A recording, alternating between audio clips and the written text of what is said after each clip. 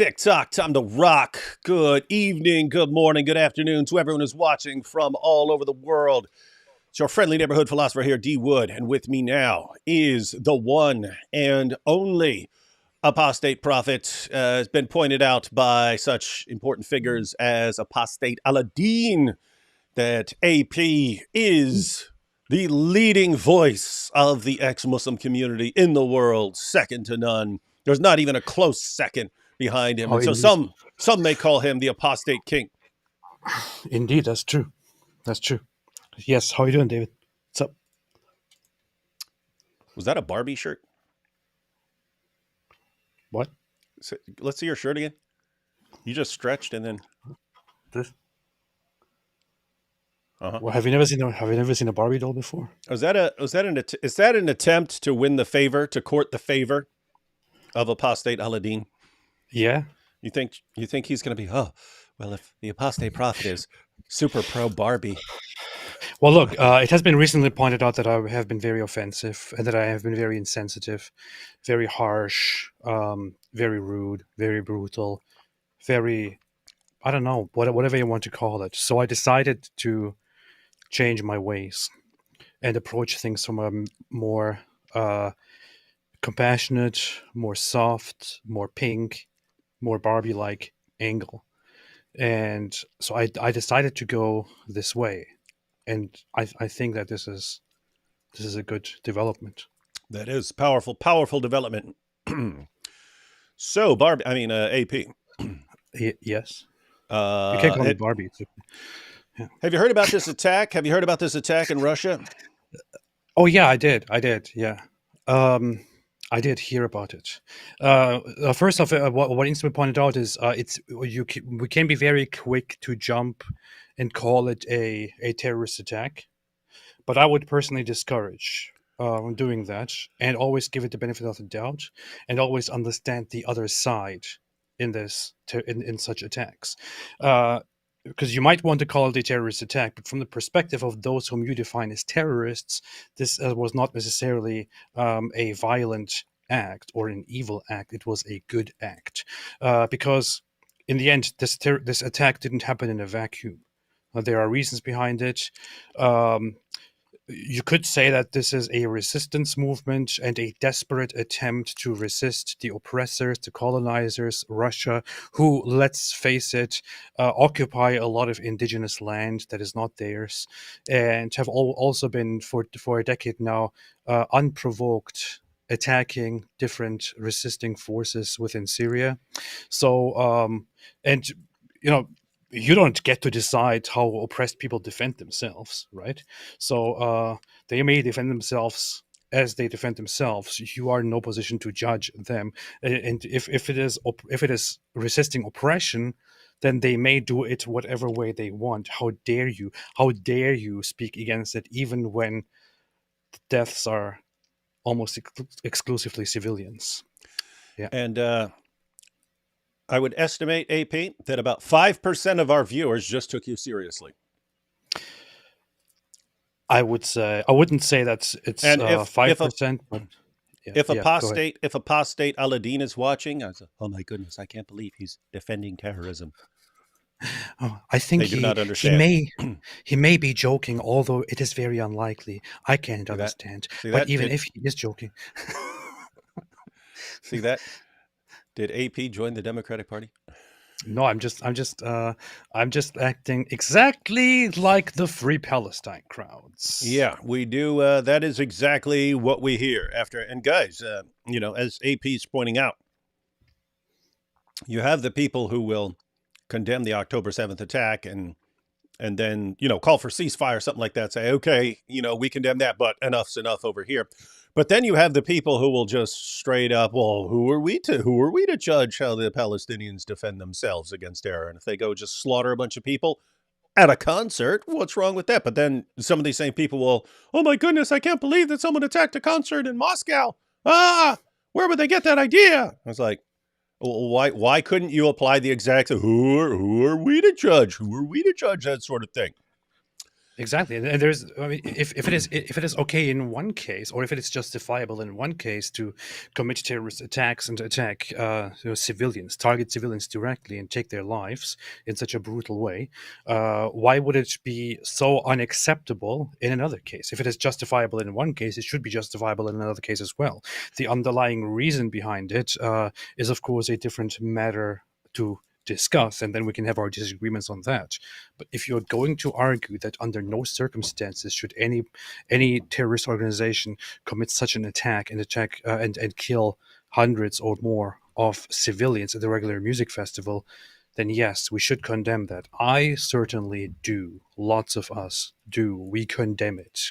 We say this is barbaric, this is inhuman, this is sick, whether it is ISIS doing it or Hamas. Unfortunately, lots of people are very spineless in this regard and can't do the same. Yeah, and I would say if you can look at a terrorist attack anywhere else in the world, whether it's Moscow or New York or something like that, London, if you look at a terrorist attack in any of those places and you say, that's horribly evil, just attacking random people like that, horrible, awful, evil, sick, sick, sick, sick, sick. But then it's an attack against Israelis, and you go, well, there, it sounds like you got a problem with Jews. That's what it sounds like to me. Yeah. In other words, if the only group that it's acceptable to do that to just happens to be some group you hate, you might have a problem. Yeah, that's true. All right, ladies and gentlemen, so we're gonna discuss this attack. We're gonna discuss some insane conspiracy theories. To gather the insane conspiracy theories, I just went to Twitter, went to some of our favorite Muslim accounts. We went to Daniel Hakikatu. We went to Suleiman Ahmed. We went to Dali Hussein, Syrian Girl, and nothing would be complete without the Muslim Cowboy and Andrew Tate. That's right, ladies and gentlemen. We've got the full lineup of the world's leading defenders of child marriage, all gathered up to share their thoughts on the Moscow attack. I'm just looking up right now because I wanted the most up-to-date. It was 133. Yeah, that's what it was yesterday. The death toll was yesterday. I just looked it up. I'm on Al Jazeera, so you know it's the best possible information. Al Jazeera says is the death toll as of right now, as of 3 hours ago, was 137. Search operation is still ongoing. Governor of Moscow region says amid fears the death toll of 137 may further rise. So you're still digging through rubble, and you may find more bodies. So the death toll can increase like that. Or people who are injured and still in the hospital fighting for their lives might also die. And so I definitely would not be surprising to see this death toll rise even more. Yeah. And so we're going to go through some comments from our Muslim friends. Syrian Girl just went there instantly. Matter of fact, she was there so quickly, it's almost as if she knew it was going to happen. How could this be possible that she got there so quickly? She might be one of the people who are behind the attack. She might be one of the organizers of the attack. We don't know. It's possible, right? And if it's possible, then it's probable. And if it's probable, then it's certain. That's how things work on Twitter, as far as I can tell. Exactly. And the thing is also, I saw her earlier. She made a tweet like so dramatic about how I am not afraid to be in Moscow even after this terrorist attack. However, I would be afraid in Australia where I live because of the Jews. She's bragging about how she's not afraid to be in Moscow after terrorist attack. Yeah. Syrian girl who roots for Bashar Assad and is too afraid to live in Syria. Yeah. Yeah. Okay, so just to recap, girl who's on the side of the Russians is not scared to be in Russia. Shocker, ladies and gentlemen. Big All right, shocker. All right, we don't want the super chats get too piled up, so we'll go through a couple super chats, and then we will, who should we go to first? And I also have an article pulled up where we can actually get a lot of the details. One thing we do is we want everyone to walk out of here more informed, have more details, because the purveyors of conspiracy nonsense rely a lot on ignorance. And so don't be ignorant. Yes. All right. Hey, D Wood and AP, here's some schmeckles. AP, if I join your cult, will I be called an apeist? Apist? Apist? Apist. Apeist? That sounds very problematic. But yes, possibly. I never thought about that before, actually. Yeah, possibly. Yes. First, Russia tried to pin it on Ukraine. When ISIS took credit for it, Putin said the terrorists were trying to escape to Ukraine. Lol, we know Ukraine is connected, but how? Hashtag, yeah. Yeah, there's no question. There's no question. And that makes total sense. If you're at war in Ukraine and you're trying to rally support against Ukraine, because you do have some people who are sick of this war, then if you really want to rally the troops, just say, they launched a terrorist attack against harmless people at a concert. And that's why it came out as a theory very quickly that Putin was actually behind it. So that's one of the conspiracy theories. So you've got Putin did it. It's a false flag launched by Putin in order to help him consolidate his power. He just had an election and to rally support against Ukraine. Then, of course, you had the Ukrainians were behind it. They launched a terrorist attack. They decided, hey, we're sick of just fighting this on our soil. We're gonna take it to them right to Moscow. So there's them, and then of course you have the usual suspects. It's Mossad and Israel and so on. Then of course the CIA. The CIA's behind it, and so those are the main possible culprits, in addition to ISIS, who's been doing this for a really long time and who's claimed full responsibility for the attack. But they are professionals in this. They are experienced. They have been doing this for a long time. After such terrorist attacks, it is easy to be rushing to conclusions and putting the blame on different groups. I'm not going to say anything useful. Just wanted to do those puns. Anyway, continue. Oh boy! Wow! That's what we're going to have to deal with today, ladies and gentlemen. A bunch of dumb puns. Happy Palm Sunday, Hosanna in the highest, indeed.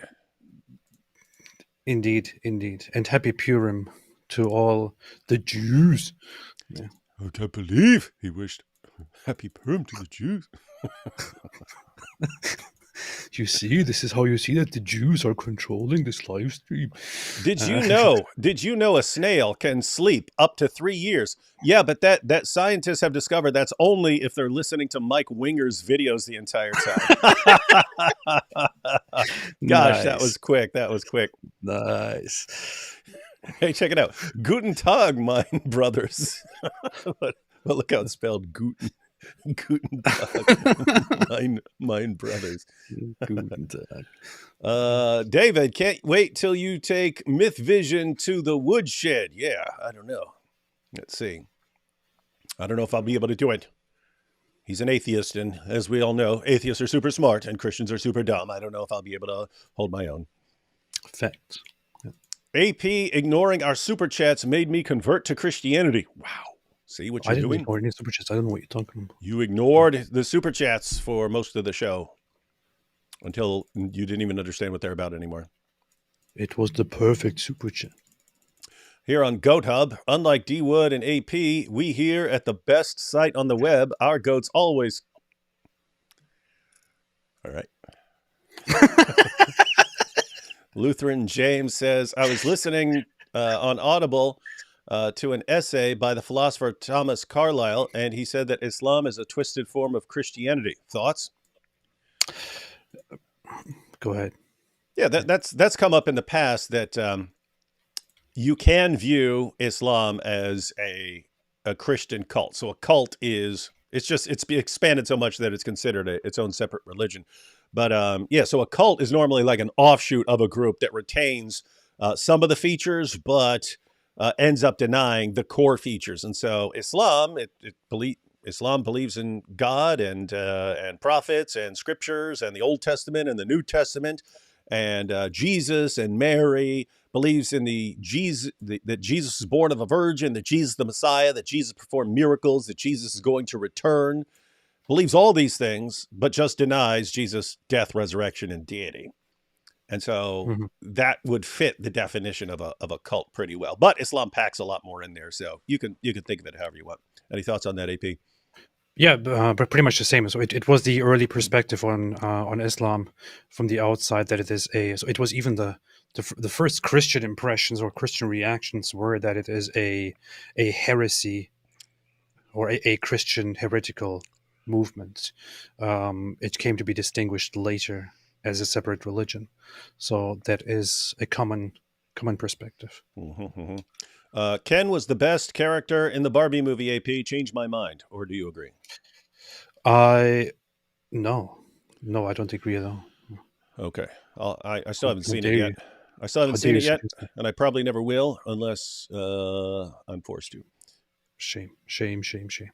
Is the soul a record of the human? Well, I guess if you view the soul as what lasts and that it retains the memories, then I guess that would be a way to view it. Oh, here we go. Finally, a comparison. D. Wood, Christian, former criminal who has a new life and is really cool. AP, atheist, wears a Barbie shirt. Draw your own conclusions. Guys, if you were not convinced before, then I don't know what else. I don't know what else it would take. Some That is people a just good point. refuse. Yeah, some people refuse to go where the evidence points. Down with 100. Team Barbie. I'm on Team Ken. Maximum Kenergy. Was that a term in the thing, Kenergy? Because that sounds fun. That does sound fun, but I don't remember such a thing. So Mojo Dojo Casa House. that's powerful stuff.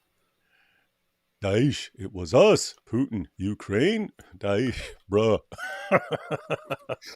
It does. That's something that's going to suck as we're going through this. That one of the main ISIS is going after Russia for two reasons. One, Russia has been crushing ISIS for many years now, so they hate them. Russia constantly stands in the way of what they're trying to do, and but. Two, they just want attention, right? That's how ISIS got so many volunteers from around the world so quickly. Is they were getting all the attention by attacking in every direction. People are like, whoa, they're so powerful. They're able to fight against the most powerful nations in the world. Truly, Allah must be blessing them. That's how they got attention. And now they're trying to get attention. Let's get some of that attention back. Let's attack the Russians right in the heart of Moscow. That'll show the world that we're still a huge threat, and then everyone should come and join us. And then, no, it's not you. It's the CIA. It's like, God. Yeah, the ISIS is going to sit there and be like, you know what? God, how about we just quit because nobody believes that we exist anymore anyway. Everyone thinks it's the Russians or Ukraine or the Americans or the Israelis. What's even the point? Let's just quit. It's over for us. They're gonna have to change. They're gonna have to change their names. They're gonna have to change their names. They're gonna have to change their names and start over because now even lots of Muslims are thinking of them as like a front for Mossad and the CIA. And Wow. the thing is, lots of people come up with these conspiracy theories and repeat these conspiracy theories because they somehow think, oh, ISIS was gone and now they're suddenly back. Whoa, what a surprise. We're going to see that. We're about to see that. We're about to see that from great thinkers like Andrew Tate. They were never gone. But yeah, we can get into that lengthily. Yeah, they aren't as big an issue as they were at the height of their power because they were taken out by Western nations and by Russia. But they're still there. They broke up into a bunch of different groups. Oh, one thing also to point out is that people always talk about how America wages war on terrorism. They don't very much look at how Russia deals with terrorism. Russia has been ruthless and brutal in Syria. They roll in with tanks. They roll into your town with tanks. And has been bombing very, very much indiscriminately and massacring whatever they encounter among the rebel factions and the places they hold. But of course, nobody pays attention to that because everyone is preoccupied with how the West conducts Yeah. operations and what Israel is doing. But Russia has been doing that, so it is totally expected that terrorists will want to respond to Russia. Yeah, and that's we mentioned that briefly yesterday that when you see these pictures of Syria just as a pile of areas of Syria that are piles of rubble, that was Russia Mhm, bombing the crap out of them pretty frequently. That's Russia mhm. bombing. That's Russia bombing them down to rubble. Yeah, yeah. And those are areas. Those see, if Russia didn't jump in to back Assad, there's a good chance that at the very least ISIS would still have a big section of Syria. I don't know if they would have actually defeated Assad or something like that, but they would still have significant territory within Syria if Russia hadn't backed Assad. So all these people, Mhm. what? Why would they go after Russia? It makes no sense. Yeah, if you're an idiot, it doesn't make sense. If you know nothing about the past 15 years, yeah, it doesn't make sense. Oh, my goodness. The Russian Federation is sitting on top of a lot of historically Muslim land: Crimea, And Chechnya, also, Dagestan, Hotan. Yep, yeah, yep, yep, yep, yeah. yep. And guys, don't forget when we talk about the avalanche of apostasy and how this is affecting the ummah psychologically and sending them into this desperate attempt that we have to do something right now because if we wait 15 more years, it's going to be too late. There's going to be too many apostates. This is all part of it. This is all part of the motivation of ISIS and so on. Is we have to do something right now. We have to take our stand right now. We have to set it all off right now. And if we don't, if we just sit there and wait, then we're not going to be able to recover. It's going to be too late to Mhm, recover. So everything has to be now. So everyone's in a state of desperation. People in these areas of Russia, these areas of Russia with Muslim populations, um, ISIS, various groups, they're all very, very concerned that if they do not do something right now, it's going to be too late later. Iran, even in Iran and Hamas setting off this recent war with Israel, that's all part of it. It's now or never. It's now or never. 10 years from now will be too late. We have to fight right now. Now, the plus side of mhm. that is if they try everything and still lose, there's no backup plan. They have no plan B here. Alhamdulillah. Oh, finally, I was waiting for this. AP, as someone who never knows when someone is joking, I am offended. Be more considerate, AP. Inshallah, I will try. I'll He's do got my a best. he's got a very good point. Very good point.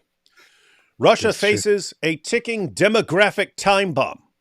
Ethnic Russians are dying out while Muslims are having 5 to 7 kids a family. That is a pretty standard issue. I don't know about the statistics in Russia and stuff, but that is the general pattern. When the Pew Research came out with that study saying that Islam is the world's fastest growing religion, it was because Islam has the highest birth rates, and so it's just math. You can take a smaller group in an area and a bigger group. If the bigger group is having 1 to 2 children and the smaller group is having 5, 6, 7, 8, 9 children, it's a matter of time. It's a matter of time in mathematics. Victoria Nuland, ex-State Department, said $60 billion will ensure Putin faces some nasty surprises on the battlefield this year. Strange, don't you think? No, I don't understand. Alhamdulillah. I don't understand. All right, we'll read a couple more super chats and then we got to jump into some stuff because we'll go right to Dilley. We'll go right to Dilley. Hi, Let's do. probably off topic right now, but I'm hardly ever awake when it's on topic. The word you're looking for when describing the two holes becoming one is torn perineum. This happens often during vaginal childbirth too. Lots of love. Yeah, and you would need you would need lots of stitches and so on right there. But some guy tearing his child bride in Yemen often doesn't have that ability to get good medical treatment.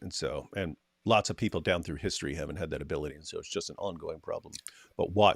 Our question is, why would you put a girl through that? Why would you want to do that to a girl, your wife? Yeah. Why would ISIS Mujahideen not die in battle? Well, you do have people who want to fight another day. You have people who are suicide bombers. You have people who want to fight and get out of there, so they can go fight. It's like the Hamas jihadis. We love death more than they love life. What do? They kill a bunch of people and they run and hide. Another super chat refers to historically Muslim land. Said land was historically Christian land before Muslim conquest. The Crusades were just. Oh yeah, oh yeah. But by the way, that whole idea of what was previously Muslim land or what was previously Christian land is a very relevant matter when we talk about something like ISIS, for example. ISIS has this map laid out, which they published a long time ago, which is delusional. The provinces of the Islamic State, where eventually they would want to build a caliphate and divide it all into different provinces. And the one we're talking about today, the branch that attacked Russia, was Khorasan. The idea behind those is all of these regions, all of these places, at some point belonged to the Muslims, were under Muslim rule, and they shall once again be put under Muslim rule, and we will make sure of that. That is their delusional idea. And attacking Russia is not only in retaliation, but also in hinting at having that goal still. What is the best thing to say against Israel robbed the land from Palestinians? I would go with the land wasn't controlled by Palestinians. It was controlled by the Ottoman Empire and then by the British after the Ottoman Empire fought in World War I against the Western nations, sided with Germany, and lost, as everyone who sides with Germany inevitably does.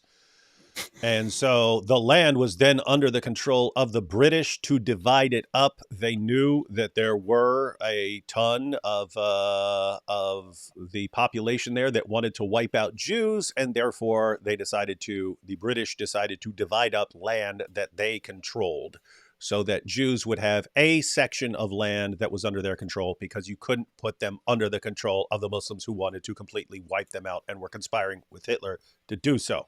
That's what I would say. AP. Also, to add to that is that the Jews, many of them lived there already. Many others who came later bought land.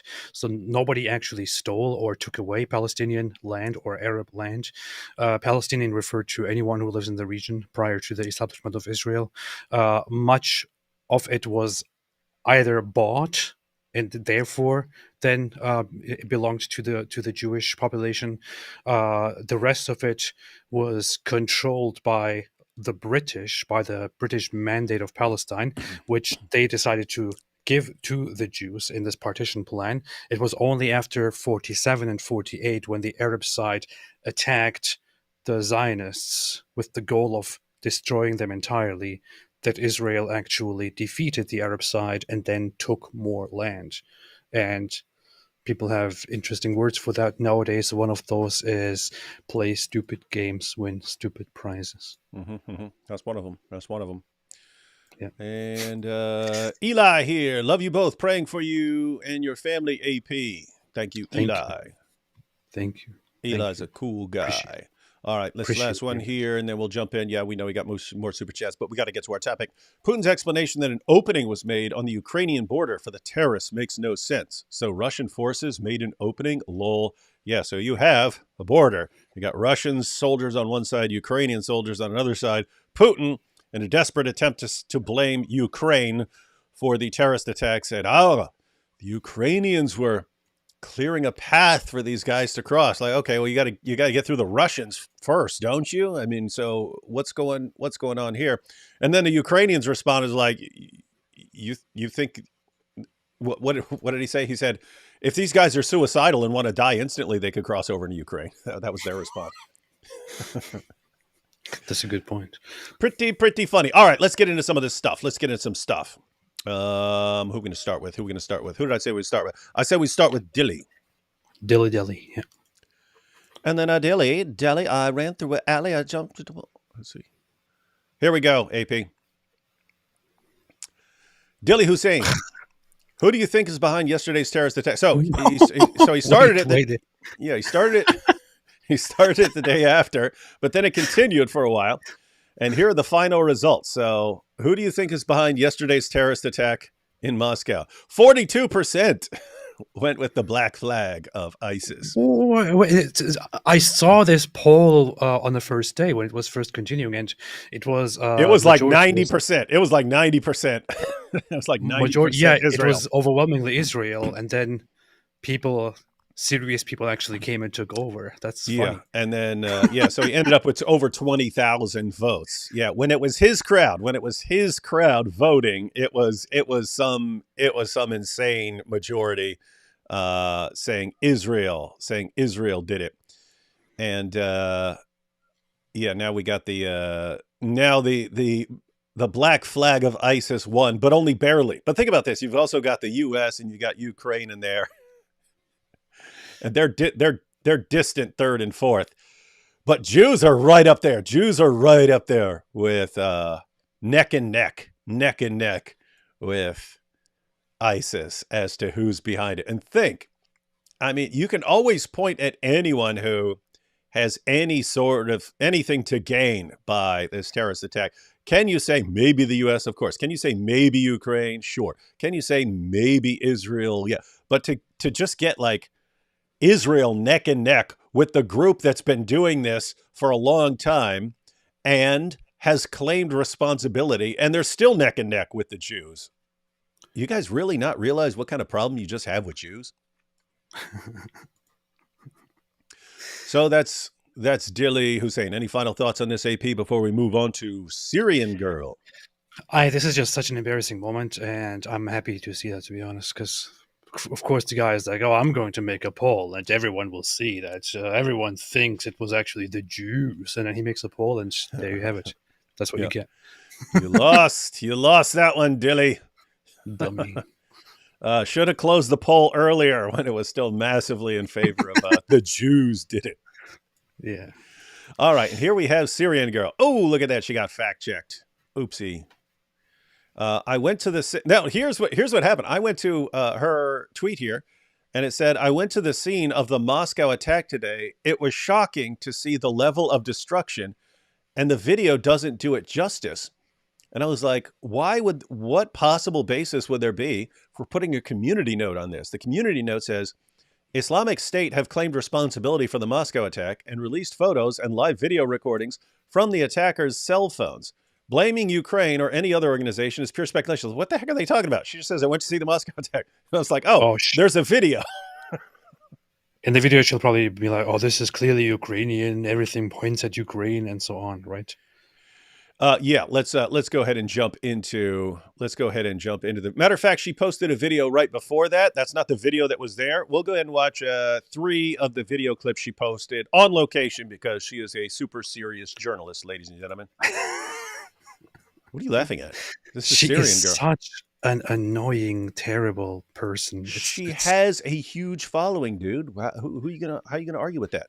She's like one of the biggest liars that you can encounter on social media. She has a huge following. How do you explain that if she's such a liar? She's literally the worst. How could she be the worst when she has a huge following? Terrible. Absolutely terrible. All right, here we go. Syrian Girl, ladies and gentlemen. Hi everyone, it's Syrian Girl and I'm in Moscow right now. Just after the terrorist attack, I can tell you that most people are doubting that this is ISIS. Most people, including the government, likely are suspecting that this is Ukrainian terrorists. This is not the first time that a terrorist attack happened in Moscow. Of course, there was the assassination of Daria Dugina with a car bomb right here. There were multiple other attempts at the attack. Notice her reasoning is there's no evidence, right? Here's the evidence that it's Ukraine. It's most people here, and even the government, are thinking that it's not ISIS, it's Ukraine. Oh, okay.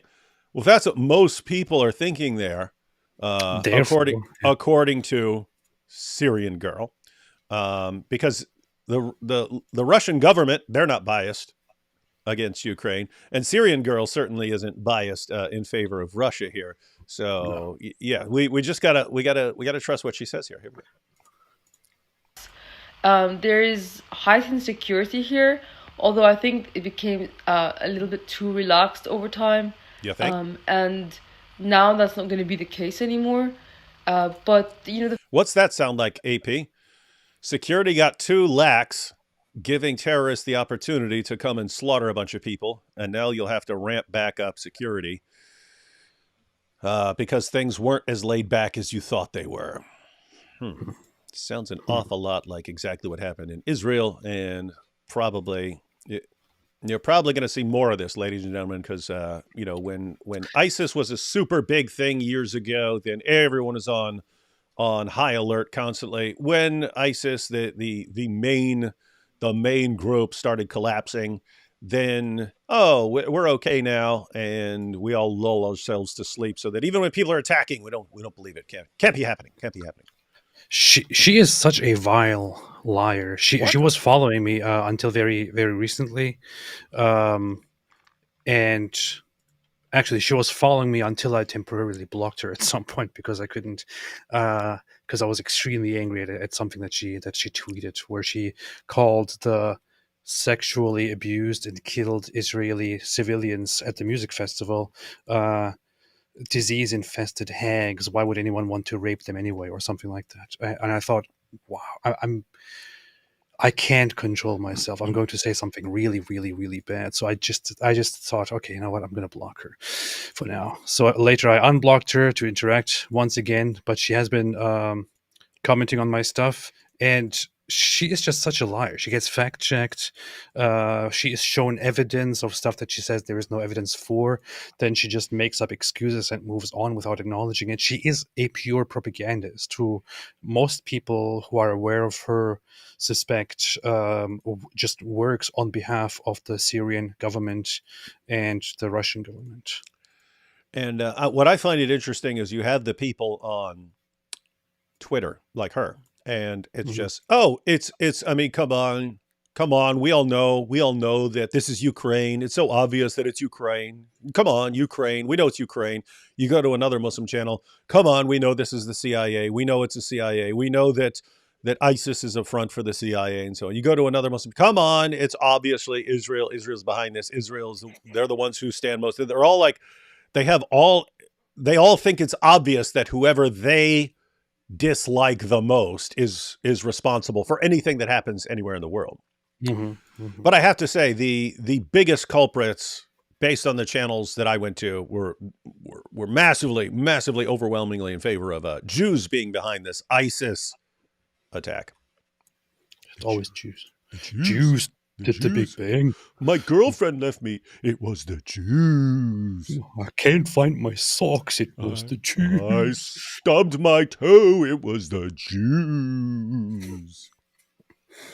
The fact that ISIS supposedly just posted on this website that they were responsible does not equal that they were responsible. And we all know, like, why suddenly this can... The fact that ISIS, keep in mind, she's technically correct. Someone can claim responsibility for something they didn't do. In fact, that happened after the Anders Breivik attack. There was the attack. As it's going on, a group, I think it was a group in Syria, claimed responsibility, a terrorist group in Syria. This is before ISIS, but they claimed responsibility. And after they claimed responsibility, I said, hey, look, this group says they did it, blah, blah, blah, blah, blah. And then it turned out they didn't do it. It was Anders Breivik. And then for years to come, Muslims left out the fact that a group claimed responsibility. And I said, hey, and they said, oh, this is the guy who blamed Muslims for the Anders Breivik attack. Okay, I'm sorry, I didn't automatically assume that people, Muslims taking credit for something, are liars. I apologize for not automatically concluding these guys are liars. But I'm told if I assume they're lying, then I'm an Islamophobe. So I don't know what to do in these situations. But she's right that just because ISIS says they did it doesn't mean that they did it.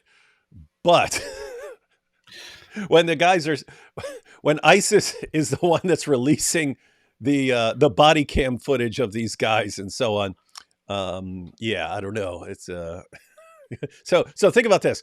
ISIS, we got the MO of ISIS. They like to attack large concert gatherings because and in big areas. So they like it in big areas of UK or France or whatever. They like these big attacks, and they like the attacks to be in areas where you're not going to be hitting Muslims. So concert or something like that. Ariana Grande concert. If you want to impress ISIS, then attack an Ariana Grande concert or something like that. So they like attacking these kinds of places. Then it happens against Russia, who's been crushing ISIS for a long time. And then ISIS comes out and says, yeah, we did it. They start releasing the footage and stuff like that of the attack. And her response is, well, but here on the ground, we know it's Ukraine. Yeah. And that's what we're dealing with on social media, guys. That's what we're dealing with. People, oh, she got a great point. That's right. Just because they say they did it doesn't mean they did it. That's true. That's true. Oh, my Convenient goodness. time, there's a resurgence of ISIS. How many years has it been since there was an ISIS?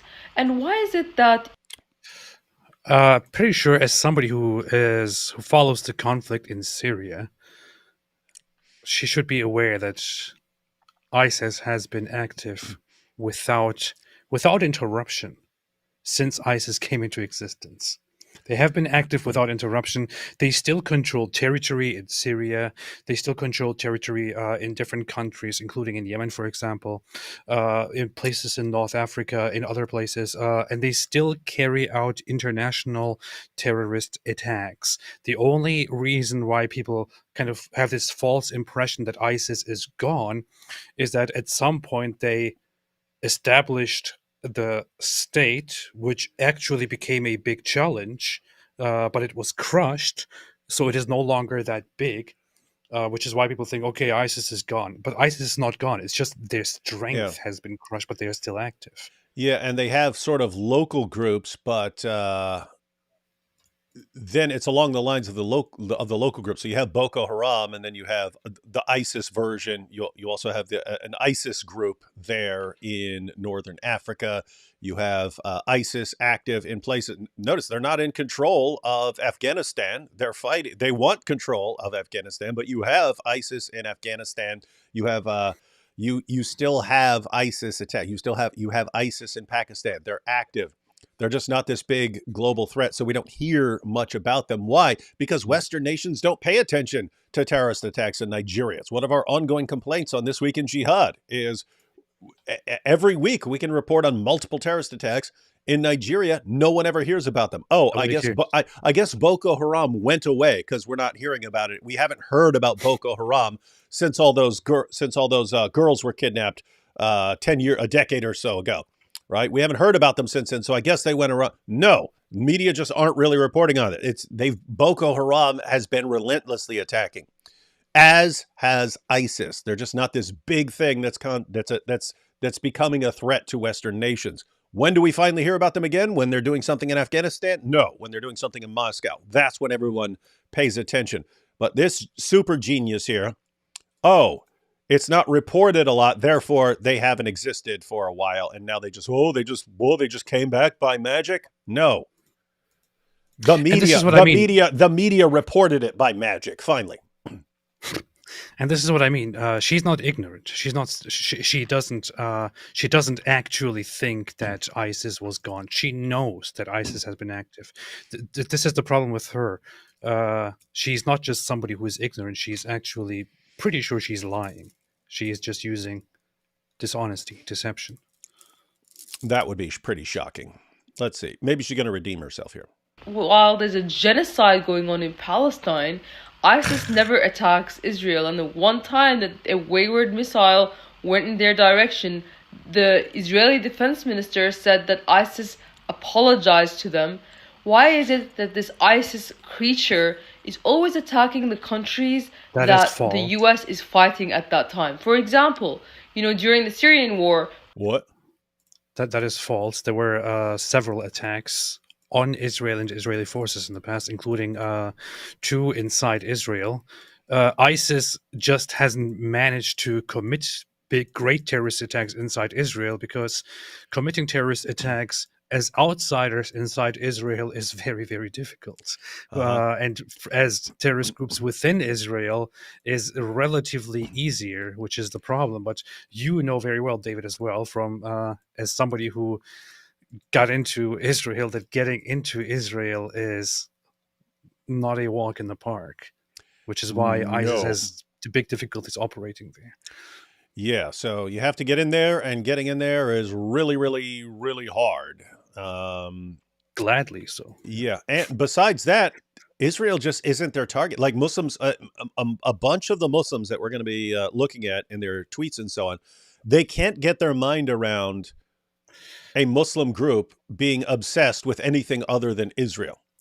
That's just ISIS actually has a different view, ladies and gentlemen. This is going to come up for people who come in later. I'll probably end up repeating this multiple times as we're going through these tweets.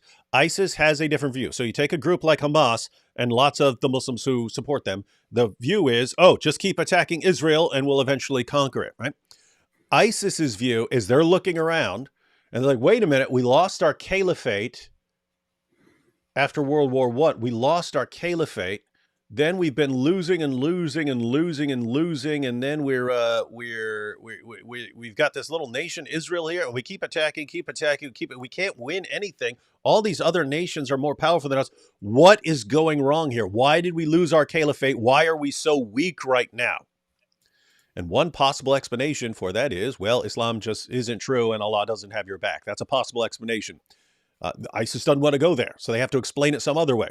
And it's the same general thinking that we saw with the Iranian Revolution and the rise of the Muslim Brotherhood. You have groups that said the reason Islam is weak and collapsing and other nations are more powerful is because Allah is not blessing us because we have compromised too much. We are not enforcing Islamic law strictly enough. Why would Allah bless us to win when we don't even take care of our own community? That's the reasoning. So step one for ISIS, and there's a reason the first new caliph, Abu Bakr al-Baghdadi, took the name Abu Bakr al-Baghdadi, the Abu Bakr of Baghdad. There's a reason he took that as his name. When Muhammad died, a bunch of Muslims thought they don't have to follow the central Islamic leadership anymore. We don't have to. So people said, hey, we can pay zakat how we want. We're still going to pay zakat. We're just going to pay it how we want. I'll just go give it to a poor person or something like that. I'm not going to give it to the government to do anything. I don't trust you guys. That's when Abu Bakr said, famous quote, he said, if you refuse to give me a piece of rope that you would have given Muhammad, I'm coming to kill you. Meaning, if you do not do exactly what the caliph says you do, I'm treating you as an apostate and I will kill you. You're an apostate unless you obey your caliph. So what happens? Abu Bakr fights the apostate wars. He goes out and fights everyone who rebels against him in any way, crushes all of them. And right after he does that, right after Abu Bakr crushes these guys, crushes all heresy, rebellion, apostasy, right after he crushes them, you get this huge, massive period of Islamic expansion. That's where Islam keeps growing. It spreads across northern Africa. It spreads all the way out to India. Spreads up into Europe. They get this crazy period of growth. ISIS looks at that and says, notice what they did. They purified the community first so that it would be a community that Allah would bless to then go out and conquer. What do we do now? We sit around comfortable with Shias and everything around us and heresy. We're not enforcing Sharia, and we wonder why Allah is not blessing us to finish the job.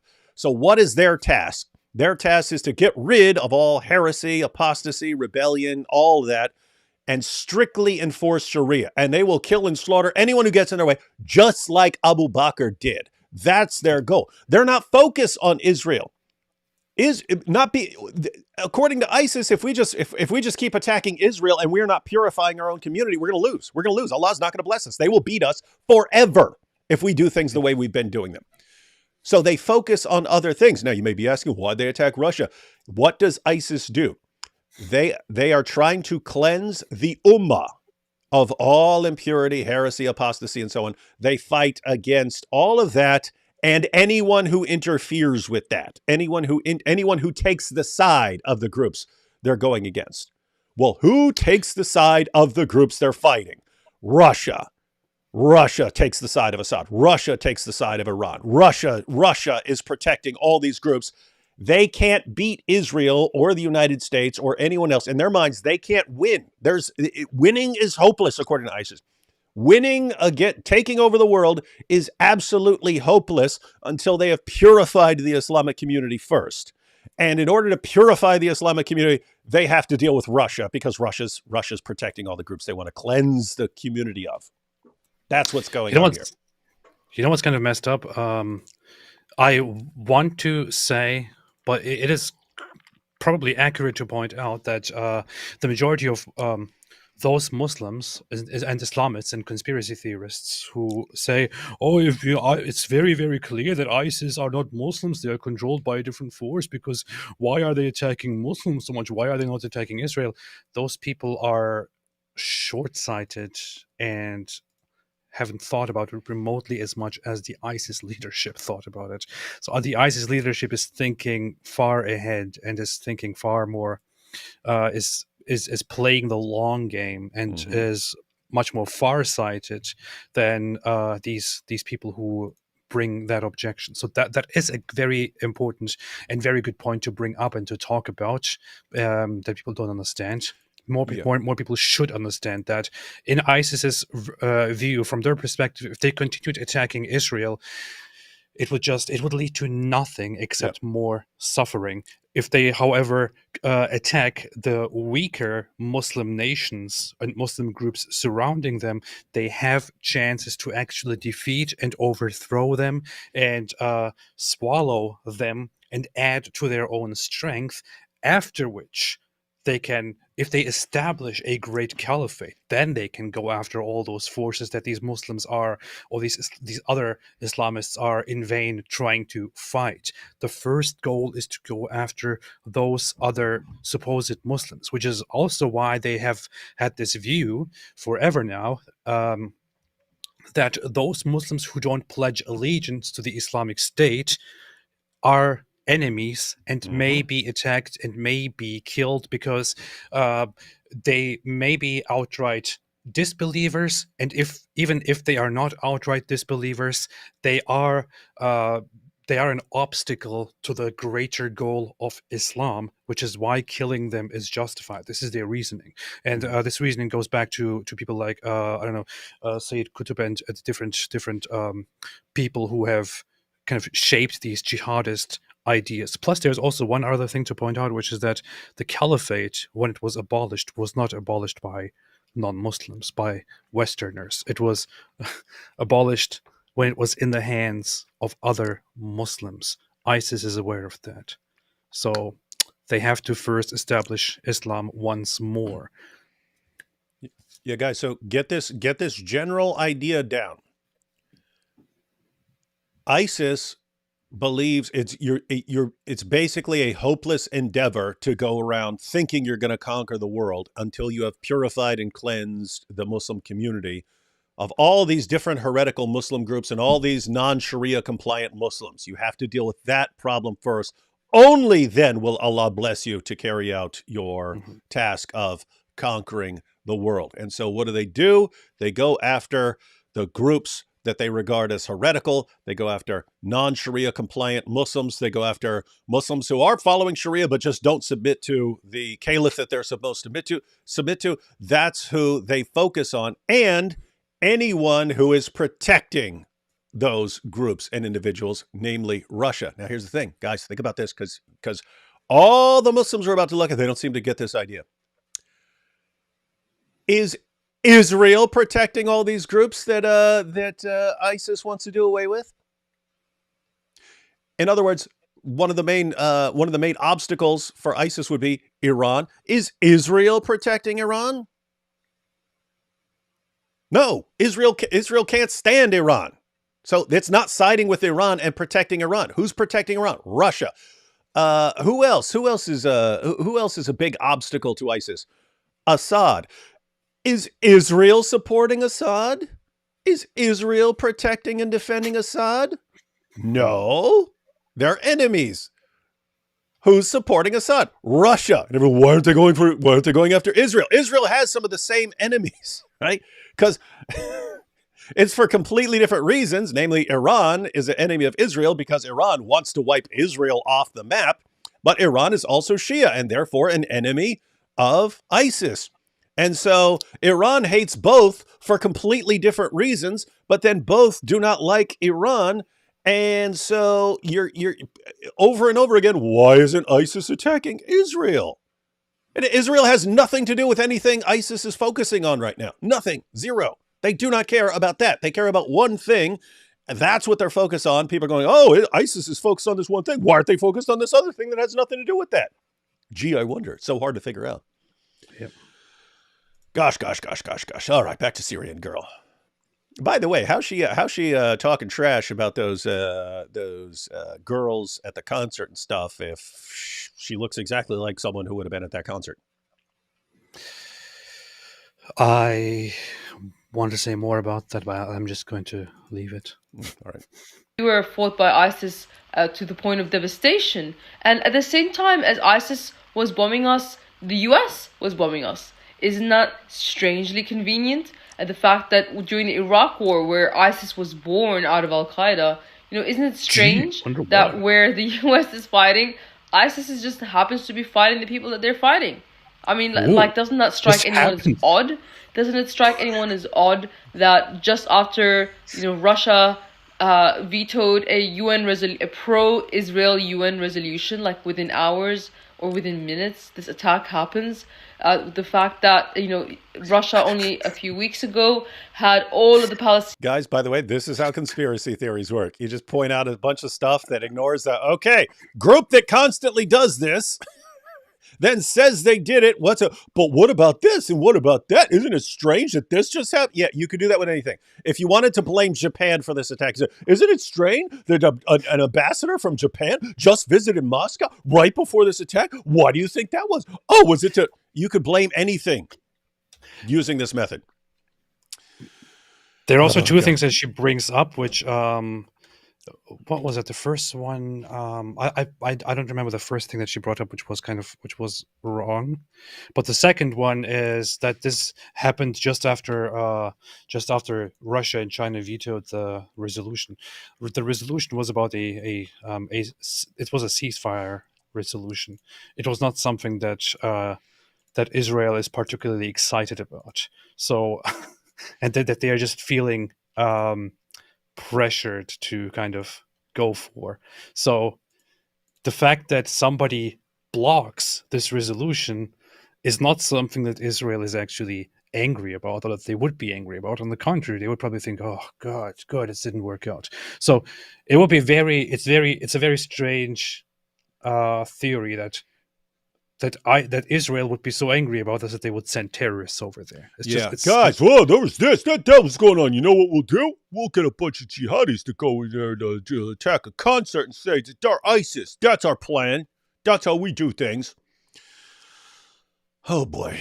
And then her theory is ISIS is U.S. and Israel and everyone else is actually behind ISIS. And isn't it a coincidence that they have some of the same enemies? Yeah. Guess what? U.S. and Western nations are what crushed ISIS in Iraq. Russia crushed ISIS in Syria. Different groups are fighting ISIS in different ways. If ISIS is actually just like puppets of the U.S., so then she'd have to say, oh, yes, the U.S. is destroying them, but just to keep up appearances. So U.S. builds this awesome terrorist network to take over massive plots of land and then goes in and fights them to... Also, ISIS was carrying out terrorist attacks throughout Europe and the West for many years, when the West was actively participating in destroying and fighting ISIS.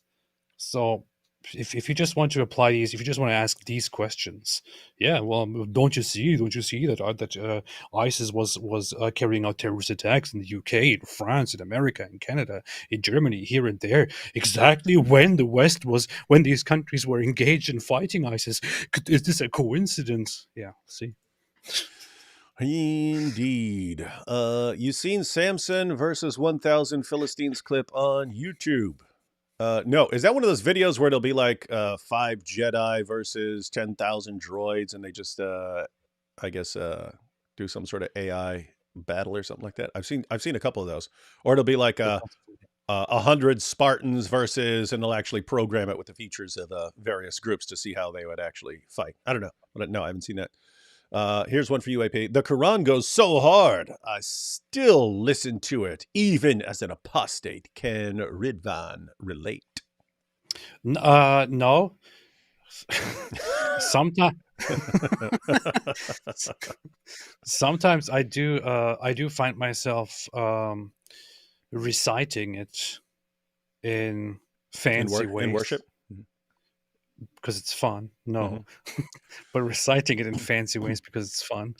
But that's all I do. Yeah.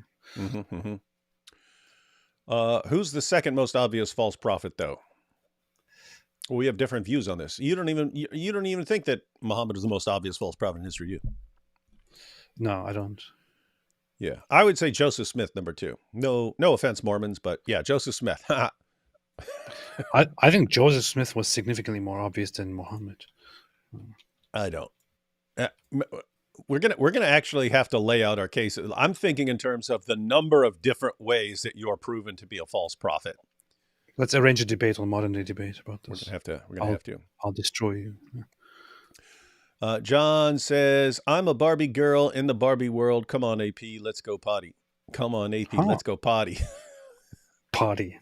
Potty. That's what I say sometimes at home. I sing the thoughts song and on say potty. thoughts on Elon Musk and Neuralink and Mind Cursor. I don't know. I have to see how people turn out once they start plugging them into the computers. I want to So- become a test object as soon as I want to get one as soon as it's available. I am very much into that. Yeah, I'm gonna let them work out some of the bugs before they plug one of those things into my head. People are too paranoid. I'm like, "Hey, this is great. Why is it not here already? Why don't I have all these different capabilities in my eyes and my head? I want to be connected to the internet at all times, 24/7. Yeah, Hamas knows death tolls in 5 minutes. Russia is unprofessional. I know, right? Like something could get bombed, and Hamas knows exactly how many people, and that they're all children and all civilians every time it Yeah. happens, instantly. Yeah. It's amazing. The Hamas, the Gaza Health Ministry is very professional. Like, as soon as a bomb explodes, they're like, okay, so many children just died. Like, they know exactly. Check out the response done by a German YouTuber. That's not something perverted, is it, AP? No. Okay. Because Goethe Factor looks like something else. Dawa. That does look weird. It looks like something you'd see on Only Goats. Yeah. Dawa. Yeah. It's awful how proud they can be over such horror. Terrible. Let's see. Is Daniel Hakikachu really Osama Abdullah come back to defend Islam? No. Osama Abdullah would say, I mean, they look the same, but yeah, Osama Abdullah would deny everything and call us liars over everything. Whereas Daniel Hakikachu just says, yes, it's all true. And it's great because everyone like this everyone who's ever existed has been exactly the same. And I can lie. I can make up new lies faster than you can expose my old lies. So I win. AP, mature, reasoned, respectful. D Wood, like a 3-year-old with a pointy stick in a balloon store. You're supposed to say draw. Yeah, you're supposed to say draw your own conclusions. Finally, we got apostate Aladdin.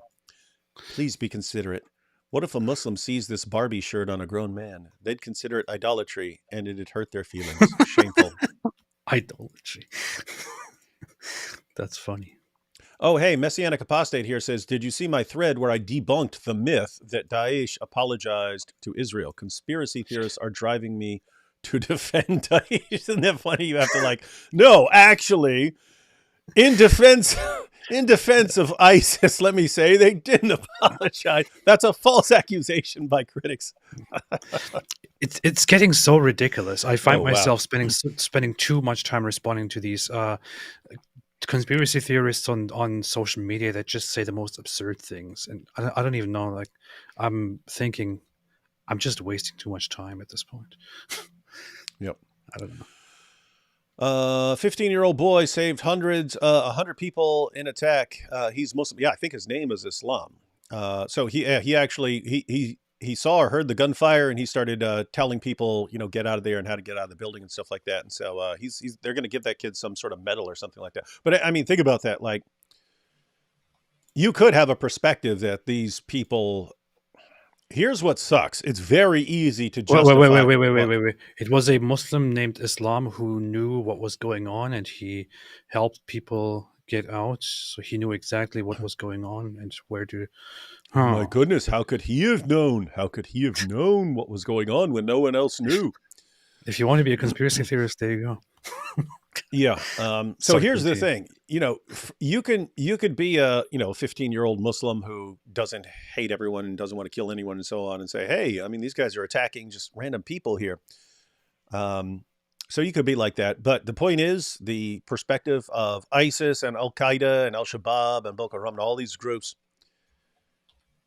if you're an ISIS jihadi, do you believe you're completely justified even in attacking random people at a concert hall?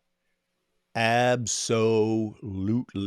Why? Well, Islam has a rule. It comes from the Quran, that if you are making mischief, if you are committing the vague crime of making mischief in a land, waging war against Allah. How do you wage war against Allah? By opposing Sharia and causing problems in Muslim lands and so on.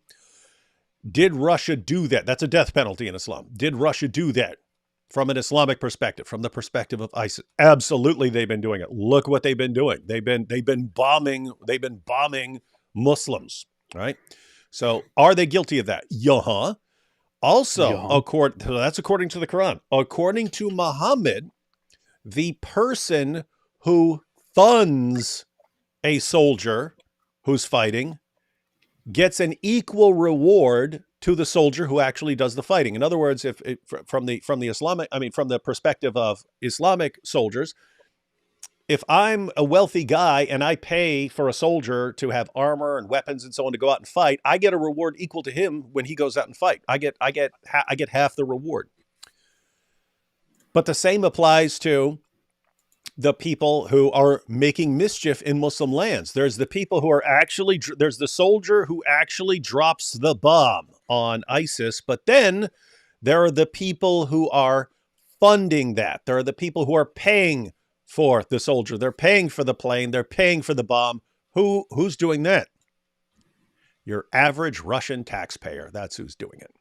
It was the same reasoning as Al-Qaeda when they had to justify attacking the World Trade Center. So it's the exact same reasoning. It's who is responsible for this happening? Regular people who are paying their taxes to governments who are making mischief in Muslim lands. It's very, very easy to justify going in there and committing mass murder from an Islamic perspective. Fortunately, I'm glad this 15. I mean, I've only seen it in some tweets. I assume it's true. Glad this young Muslim did help people, but it's pretty indisputable that this sort of thing would be justified according to the Quran and the Hadith. All right, let's see a little more from Syrian Girl here. We also know, Wait, what?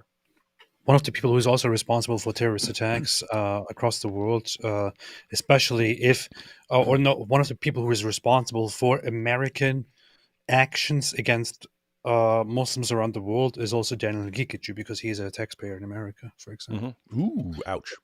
Yeah, continue. Well, we don't know he pays his taxes, do we?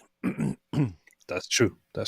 Maybe he just refuses and lives off of state benefits. Wouldn't be surprising. Including Hamas. Doesn't it strike anyone as odd is that ISIS would choose to target the country that brought them in and try to support them? Isn't it the case that Israel is ISIS and Hamas hate each other, just so everyone knows. Destroying mosque after mosque and threatening to take the Al-Aqsa Mosque, the most holy mosque in Islam, and turn it into a synagogue and build the third temple? Isn't it? Yeah, she's saying. Did you just say Al-Aqsa, the most holy mosque in Islam? Is that what she said? Let's see. The country that brought them in and tried to support them. Isn't it the case that Israel is destroying mosque after mosque and threatening to take the Al-Aqsa Mosque, the most holy mosque in Islam, and turn it into a synagogue? You heard it here, folks. The Al-Aqsa Mosque is the most holy mosque in Islam, according to Syrian Girl. Guys, someone But needs to no clip that. Muslim is aware of that. No Muslim knows about that. Yeah, and yeah, so Israel's trying to steal the Al Aqsa Mosque, and ISIS just isn't focusing on them. On Israel trying to take the most holy mosque in Islam. Wow, wow, wow, wow, wow. Syrian girl. That's Just weird. shut up. That's weird. I went there and it was totally empty. Imagine the holiest mosque in all of Islam. The whole place is just totally empty.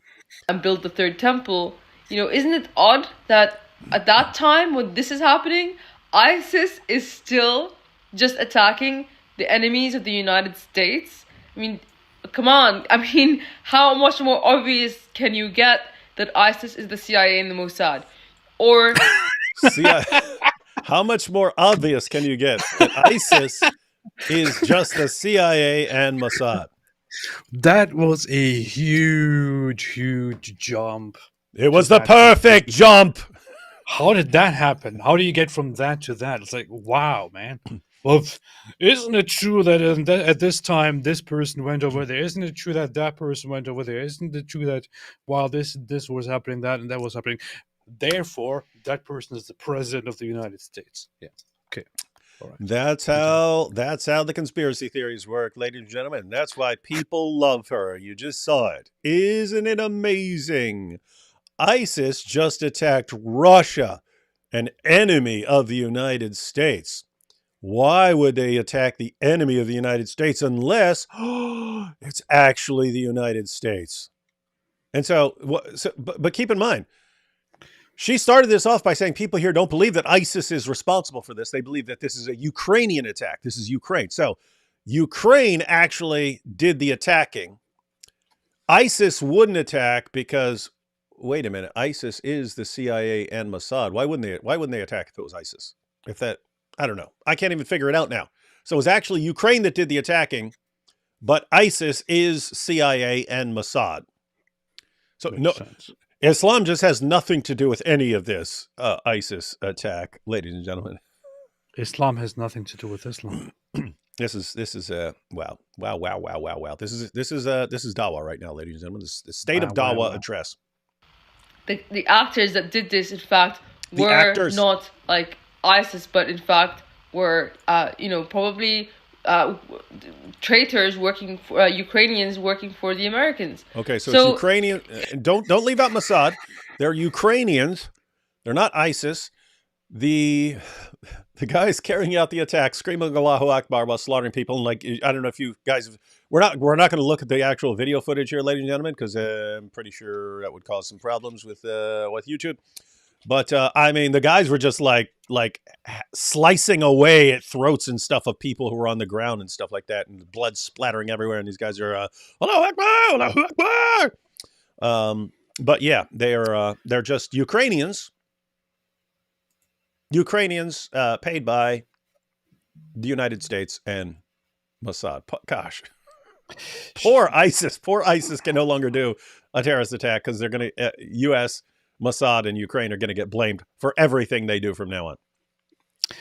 It's so funny that I saw people just move the goalposts and move from one speculation to the other after, they go to one speculation, it is debunked, and they're like, oh, then moved. Okay, then this is this, then it's this, and then it's debunked. Then oh no, then it's this. It's like at first they were saying, look at this, these guys don't even look like Muslims, therefore they must be Ukrainians or even Israelis. Then it turns out that they are indeed Muslims, that they are indeed actual Muslims with Muslim backgrounds, and that they are from Tajikistan and other origins. Then it's like, well, okay, well, they were probably just people who were hired to carry out this attack by Israel and Ukraine and this and that. So, that's just how it is. They don't rely on any piece of evidence. They just rely on their speculations and go with whatever has not been fully debunked according to them. Mm-hmm. And here you go.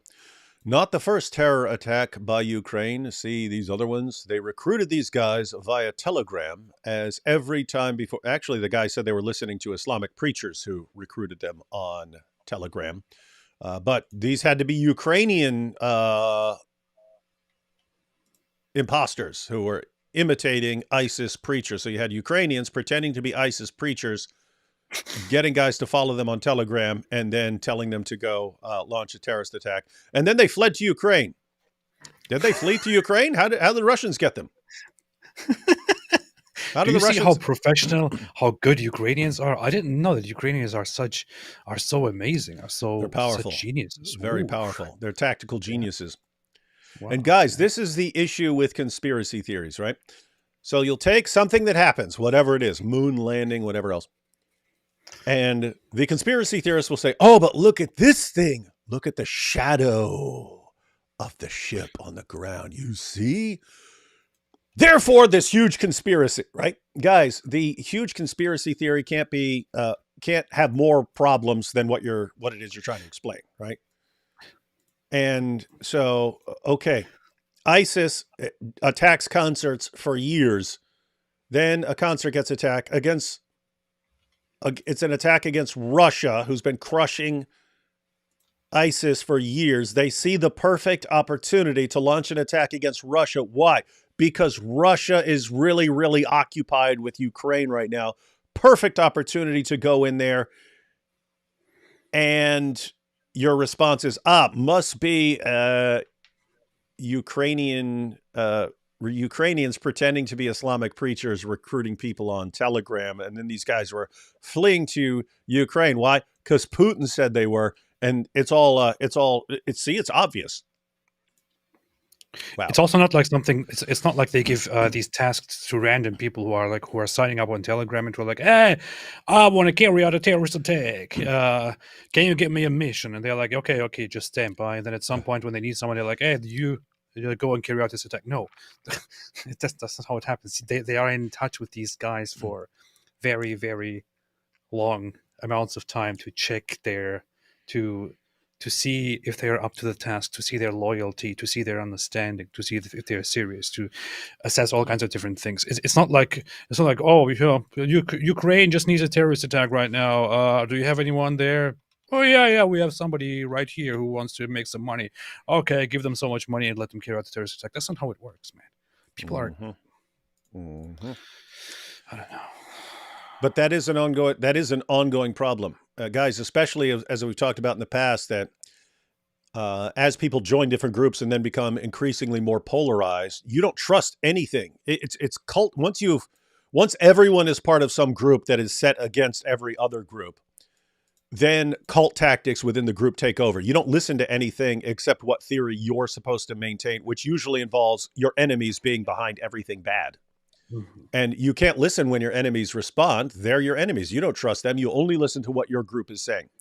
And that is some danger. And you're going to see a lot more of this, ladies and gentlemen, because messed up things are going to keep happening in the world. And if Jews are your main enemy, guess what? Jews are behind everything. If the U.S. is your main enemy, then the CIA is behind it. If you're on the Russian side, well, Ukraine did it. If you're on the Ukrainian side, the Russians did it. That's just going to be happening over and over and over again. So get used to it. Do you think Putin is popular or Russian elections are rigged? Well, it wouldn't surprise me if the elections are rigged. And since there is pretty tight control over things there, I would say he's probably not as popular as certain information would indicate. But AP, you would say he's still pretty popular there, right? He is still. I would say he is still. Given the polls and other things, he is still quite popular. Russians are very proud people, and despite a lot of Russians being very, very disheartened and very disappointed with how things have been going under Putin, there is a lot of Putin plays a lot toward people's emotions. And the fact that since the invasion of Ukraine, the West has kind of shut Russia off, hasn't really helped win Russian people over and draw them away from Putin.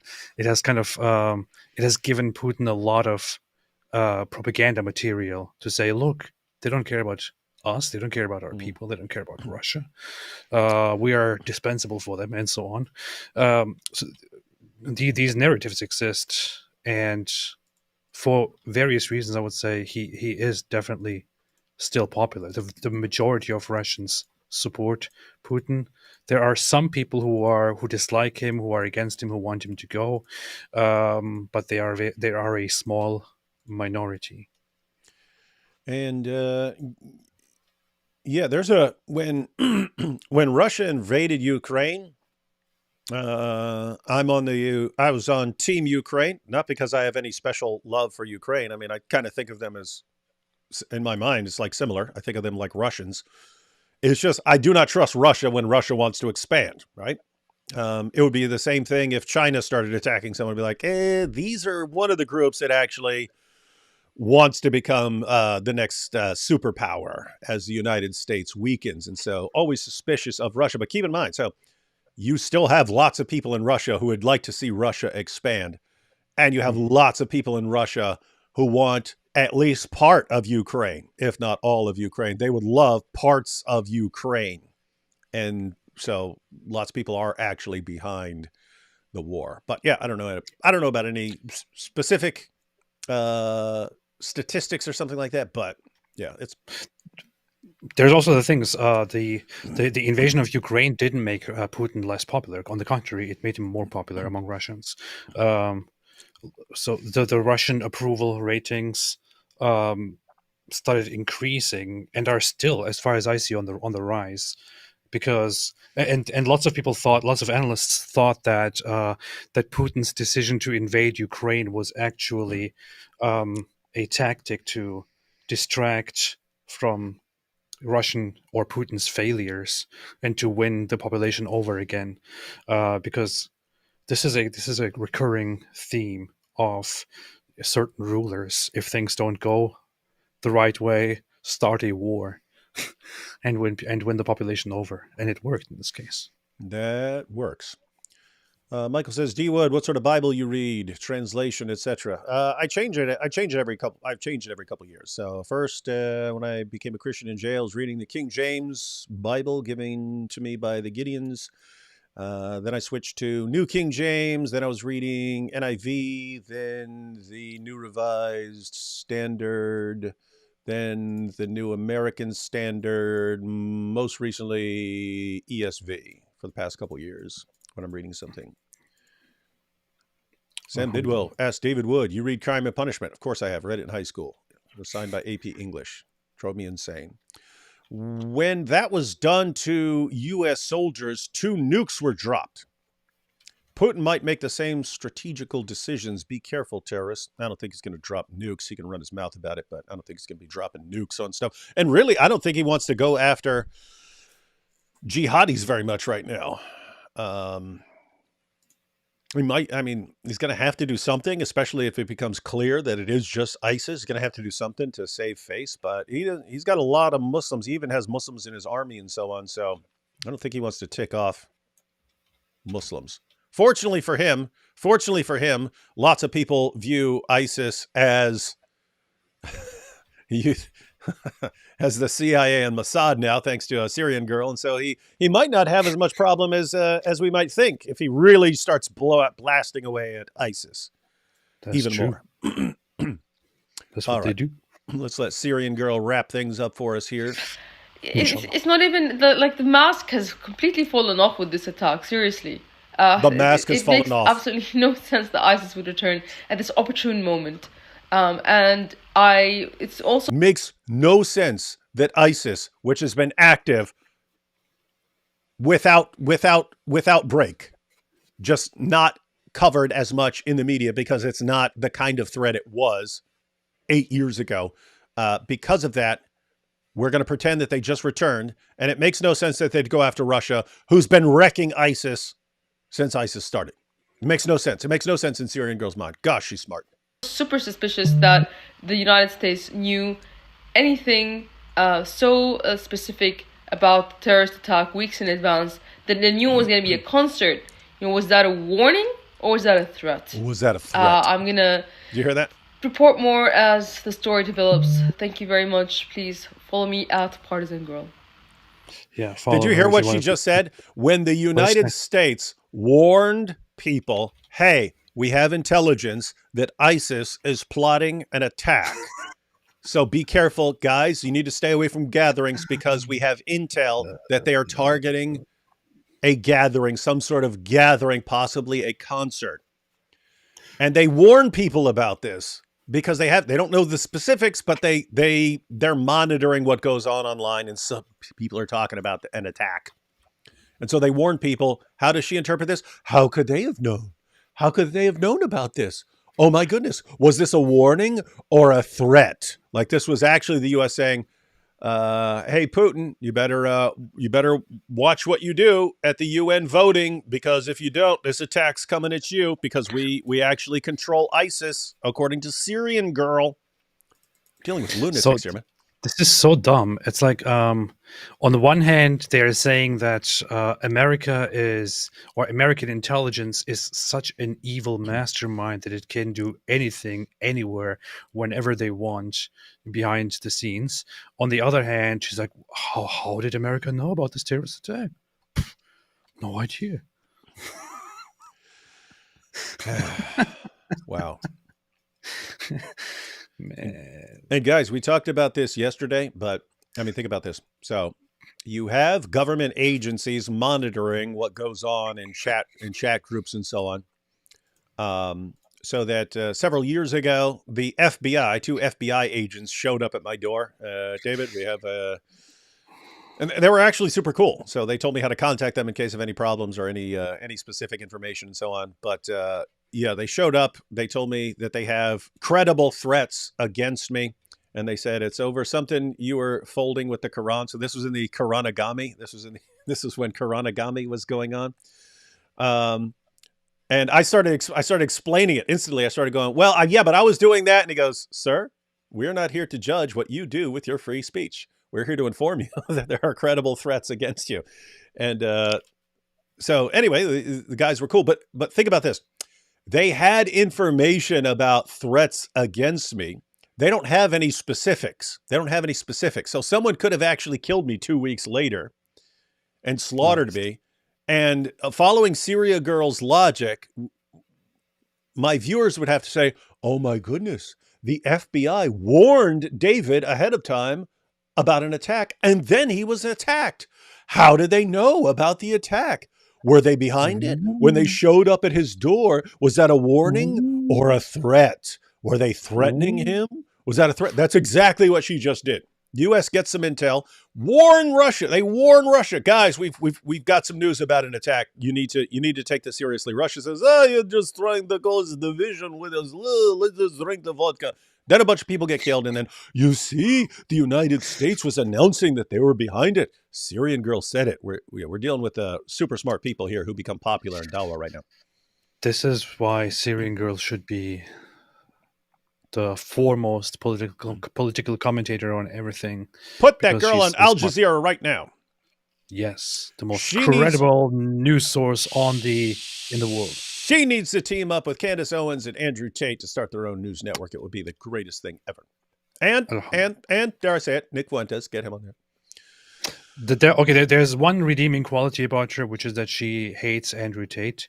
And does she? She was actually, yeah. Oh, Syrian Girl hates Andrew Tate, and she started following me when I was talking about Andrew Tate, because she was like, I don't understand why all these conservatives siding with Andrew Tate. Why would they do this? He's such a disgusting sex trafficker. And when people were saying to her back then, there is no evidence, she was like, what are you talking about? What? There is no evidence. Look here is the evidence. And now when it comes to these wars, she's like, well, there's no evidence. Wow. ISIS was a byproduct of the resentment and power vacuum created by the Iraq War and U.S. funding of moderate rebels. Yeah, there's a lot of factors involved with ISIS. it's another thing we've talked about this before. In the West, we have this mindset of, hey, if your country has a evil, brutal tyrant in charge, get rid of the tyrant, and then democracy and freedom will flourish. Why do we think that? Because that's what worked here. And we think, oh, that'll work. That'll work in other places too. So just get rid of Assad, just get rid of Saddam Hussein, just get rid of Gaddafi, and then freedom and democracy are going to flourish. And then we help people get rid of Saddam Hussein. And then what happens? Oh, wait a minute! All these guys are blowing up each other's mosques all of a sudden, and why's How did everyone that killing happen? each other? What's going on there? Hmm. Oh, Saddam. Keep in mind, I'm not defending Saddam here. I'm saying people need to be aware of how the world actually works. You can have an evil dictator, and he's doing something of value to the world, right? And what was Saddam doing that was actually valuable to the world? He was keeping the jihadis in check because they were terrified of him. You cross Saddam, you mess with Saddam, you got out of line with Saddam, you start blowing someone else away, and Saddam's going to come into your town with tanks the next day. And so they're terrified of him. So he kept them in check. Then you get rid of him and say, hey, we'll get a Western style government in there, and the same jihadis are not scared of a Western style government. And so they start, now we can finally start blowing each other's mosques up and stuff like that. And you eventually get ISIS. Yeah. And well, how did this happen? It must be the CIA. Man, oh man, oh man, oh man. Important to point out, I guess, when you say that Saddam was keeping things in check, sometimes people like to admire tough characters and things like that. Saddam wasn't just some tough guy who was keeping things in check. When he cracked down on a certain part of the population, he didn't just keep things in check. He committed some seriously brutal atrocities against those populations, against certain demographics, against individuals. The Kurdish population, especially, is very well aware of what he does, including gassing thousands of Kurdish people indiscriminately to get rid of them, because he fears rebellion and so on. Having families abducted and their women raped and so on. He was sick. Yeah. And so, guys, with the brutal tyrants, if they are brutal tyrants towards everyone, then there is a sense in which if you don't get out of line, then you might be able to actually function. And so terrorists are actually, I'm saying this because I haven't seen him in years, but I knew a guy, he lived in Michigan, and he was from Syria. And I was asking him about Syria and stuff. And he made this amazing claim. He said, because he says he goes back to Syria to visit family every couple of years. And I was like, you feel safe over there in Syria? This is before the Arab Spring and and all the fighting and so on. So this is probably 2000. This is way back in the day, probably 2010 or something like that. And so I was asking him about Syria. I was like, oh, you feel safe when you go over there? He goes, what are you talking about? He goes, I feel safer in Damascus than I feel in Dearborn, Michigan. And I go, what? What are you talking about, man? Don't you have like Muslims over there who might want to do something? He goes, no. He goes, every Muslim over there knows if they go in and then they attack a Christian, they know they're going to be soldiers dragging them out of their houses in the middle of the night, taking them out to the public square and shooting them. It's like, think about the mentality, right? They understand they have a brutal government that will just kill them if they get out of line, but that actually keeps them in line. And then we in the West, Arab Spring, let's get rid of Assad. And then everything would be fine there. No, it wouldn't be fine there. Keep in mind, not a fan of Assad. I think he's a scumbag.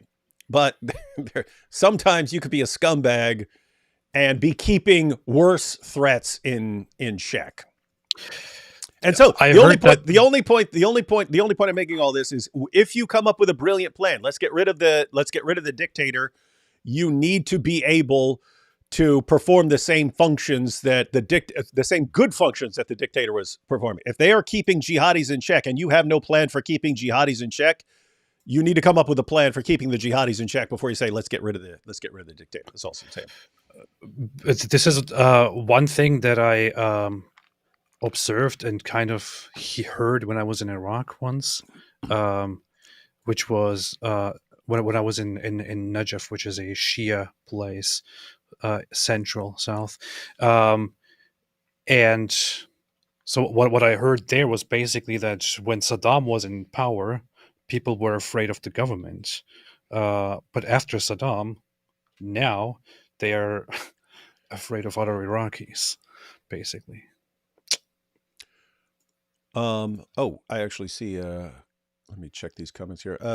Is the rate of apostasy really increasing? How bad or good is it? I haven't seen anything since like the most recent statistic when that Muslims started using was 24% among young Muslims, 24% apostasy rate against young Muslims, but that was up from close to 0% in the early 2000s. So that is a massive increase in the apostasy rate. I don't know what it is now, but I would have to say if it went from close to 0 to around a quarter, yeah, it's been increasing and really, really rapidly. So Alhamdulillah.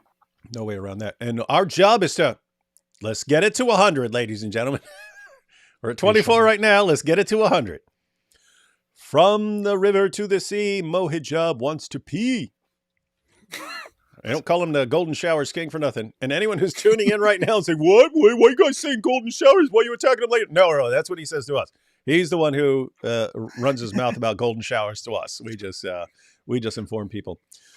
Check the Washington Institute for Near East Policy interactive map of global Daesh activity. Since July 2018, Daesh has carried out over 14,000 attacks. Actually, I want that. That would be good to share later on. I am screenshotting that little thing right there. Think about this. Since 2018, Daesh has carried out over 14,000 attacks. What is Syrian Girl? What is Andrew Tate? What do all these people who apparently are reporters but have no idea what's going on in the world? What do they say? Oh, how did ISIS just come out of nowhere after completely disappearing for all these years? Super, super smart. Super, super smart. Super intelligent. Alhamdulillah. Why does Syrian Girl look like Sid the Sloth? Was that an Don't actual... say that. Yeah, that's mean. Is that an actual sloth or... Because there's the only sloth I know is Sloth from the Goonies, and then like actual sloths. So I don't know who that is.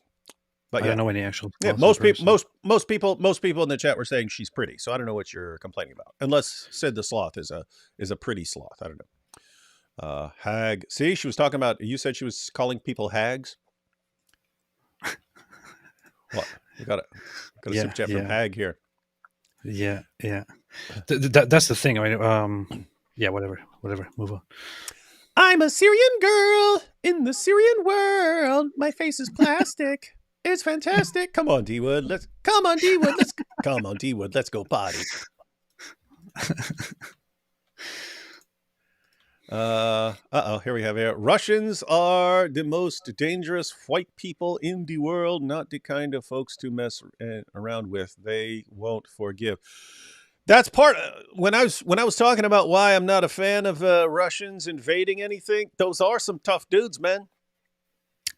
They are some tough dudes. How many of the world's most powerful armies that have ever been thought they were going to go mess around and invade Russia and got really, really embarrassed by a bunch of drunk Russians with clubs in their hands, sitting in the snow in their bare feet? Yeah.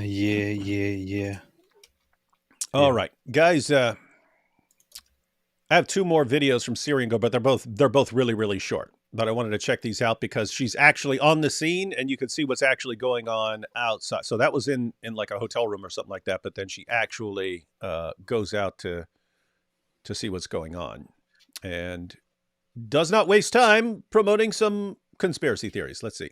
I prefer Syrian Boy. Reporting from. You said you prefer what? Syrian Boy, but yeah, continue. Syrian Boy.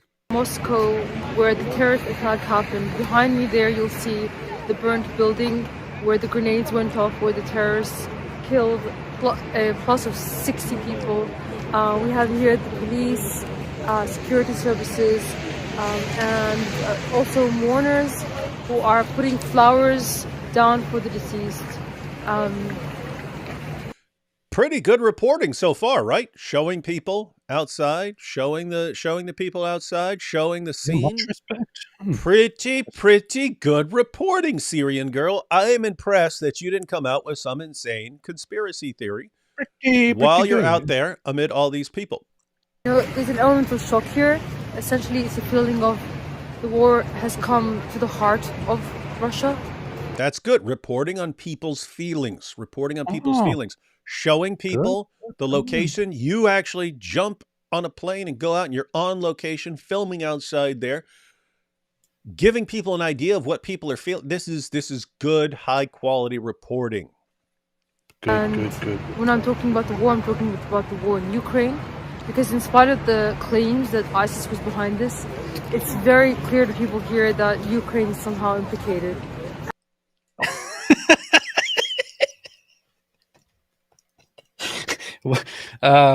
Despite the claims that ISIS is behind this, Ukraine is implicated. So if it then turns out that ISIS is indeed behind this and ISIS directly says it was us and we are proud, and it's like, okay, yes, it is ISIS, but ISIS is acting on behalf of Ukraine. All right. It's very, but I mean, it's just, hey, let me give some on the scene reporting so to keep everyone informed. Oh, by the way, everyone here knows that it's Ukraine. Not only Ukraine, but the CIA, Mossad. And not only Ukraine, but the CIA and Mossad. See, those are the big three right there. Those are the big three. That's the trifecta of evil global domination. We got I can imagine that she goes around and goes to people in Russia in the street and is like, this was CIA and Ukraine, right? And people are like, we don't know it. We're waiting for more information. And she's like, no, it was CIA and Ukraine. That's probably how the conversation is going. That's what she means when she says everybody knows it was that. Oh my goodness. So here I am. ISIS has claimed responsibility. People on social media are talking about ISIS, but here on the ground, everyone knows it was Ukraine and the CIA and Mossad working together, came up with a fake Muslim preacher and rallied support on Telegram and finally found some jihadis willing to go attack Russia. Wow. This is how it works. The whole gang of scum and villainy that have been targeting Russia for its stance not only against NATO but in the Middle East. And I'm going to take you around, show you what I can show you. All right, she's going to take us around. I don't know what she just said, but yes. She said she's going to take us around and show us what's going on here in this place where everyone knows that it's actually Ukraine and Mossad and the CIA. So we're going to watch one more. She will show us the world. Going to watch one more super short clip from Syrian Girl. Greetings, D Wood and AP. I've noticed PBD video comments are getting flooded by anti-Semitic jihadis more and more. What a shame. Yeah, it's that's happening everywhere. That's happening everywhere, all over social media. They are very aggressive. Keep in mind, there are way more Muslims in the world than there are Jews. And so it's very easy once they get fixated on something to flood comment sections everywhere. But, guys, I've said it before. I'll say it again 10,000 times. There's a silver lining to this dark cloud. And the silver lining is they are absolutely desperate right now for a reason. And they're trying everything. They're trying everything they possibly can right now because they understand that it won't work 10 years from now. It will be too late. The avalanche will be too far in motion to stop at that point. And so, hold your ground, ladies and gentlemen, because if we can endure this, they have no plan B. They have no plan B. That's good news. Good news. So as much as it sucks, it would be like if you had it would be like if you had a big army and you have this army surrounded and they're demoralized and so on. All of a sudden they launch some finals. Just, we have to do it right now. Let's go out, and they fight. And you're like, oh no, they're attacking. But wait a minute, this is kind of their last stand. I'm not saying the last stand of Islam. There will still, of course, be plenty of Muslims even after an avalanche of apostasy. The point is, as far as them like actually thinking, oh, we're on the verge of conquering the world and taking over the world, that's about to go away. That's about to go away. Yeah. In other words, if they do not pull something off over the next couple years, if they do not have some big shift over the next couple years, and it ain't going to happen by, Sneeko converted to Islam, Sean King too, now we're going to win. It's not going to be something stupid like that. Something big, some big change has to happen. If they do not, I don't know what it would be. I don't think they're going to get it. If they do not get the whatever big thing they're looking for right now to turn the tides, you'll still have Islam. But when they're thinking about taking over the world, it would be like, it must be like centuries in the future right now, because we are way too weak to do anything about this right now. So maybe centuries in the future we'll make our comeback. But notice, the world will be a much safer place in the meantime. Alhamdulillah. Do you consider Russia to be part of Western civilization, or is it just its own thing? I would kind of think of it's its own thing. Russians developed independently to the West and were never connected. I mean, it's connected. Everything's connected, but yeah, they're kind of their own. They're kind of in their own category. Yeah, always have been, and that's the way they view it too. That's the way Russia generally views it. Hey, it's Extreme Learner. It's Extreme Learner. That was the guy who was posting conspiracy theories earlier that we went through. But here we have some more. As if it's impossible for Ukraine to send the footage to ISIS. Given Muslim terrorists are fighting for Ukraine, they can easily have their context. So there you have it, ladies and gentlemen. So this is meant to... So ISIS claimed responsibility. We're the ones who did it, and they post the footage. And then, but if Ukraine is actually doing, and ISIS is just lying, and then Ukraine sends ISIS the footage and says, hey, we know you guys are lying because it's actually us, Ukraine, and the CIA and Mossad. You guys are just lying about when you're taking credibility. But here, we're going to help you lie. We'll send you the footage. You go ahead and release the footage of the attack, and then that'll strengthen your case that you're actually behind it. That's a Extreme Learner here. Hey, Extreme stupid. Better luck next time. You see all those Muslim terrorists fighting for Ukraine, right? Wow, everywhere. Yeah, they are, you see. So stupid, man. What's up with the obsession with and contradictory hadiths about? This is one of those weird sounds, right? Like Khorasan. Khorasan, yeah. Khorasan. It's just Khorasan, yeah. It's a harsh H, Khorasan. It's got a K on there. Khorasan. Hak. Hak of the Hikmah. Hak. We got the Hak. We got the Hikmah, and we got the Khorasan. Black flags will appear from Khorasan. Yeah. So will the Dajjal. You see? Yeah, it's all connected. Yeah. I'm not sure if this is one of those. Oh wait, this is from Tirmidhi. I'm not sure if those are authentic. To be honest, what was that? Tirmidhi 2269. This is a weak hadith. Black flags will come from Khorasan. Nothing shall turn them back until they are planted in Jerusalem. So Black according flags. to Dar this is not authentic. And then there's Musnad Ahmad 33. I'm just not sure how that is graded. I'll have to check that out in a little second. Yes, that is that. Okay, it says in this one, we did not intend anything but good. And he said, the Messenger of Allah told us that Dajjal will emerge from a land in the east called Khorasan, and he will be followed by people with faces like hammer shields. Dar es Salaam graded this as sahih, as authentic, but from the narration here, it just looks like one of those hadiths that people made up later on when they were confronted with different tribes and populations. But yeah, it does say that the Dajjal will emerge from a land called Khorasan. The thing is, there are reports that the Dajjal will come from the west, and then that there are ones that say that he will come from Khorasan. So then, wherever he actually comes from, you see, this is the proof. Yeah. Isn't that awesome? Yes, that's how Muhammad rolled. Let me just say everything that could ever possibly happen in any situation, and to be honest, I don't believe that he actually ever said. No, this. Yeah, I know. This is clear. I would say these are clearly later fabrications. Yeah. The peace of Jesus in all of your hearts. Indeed. David, are you Alhamdulillah. friends with Jay Smith? Yes. Richard H. Super sticker. Why? When, Ecam? When are we going to see the super stickers? I guess people in the chat see them, but Never, here they give us the never. descriptions. You're never going to see them.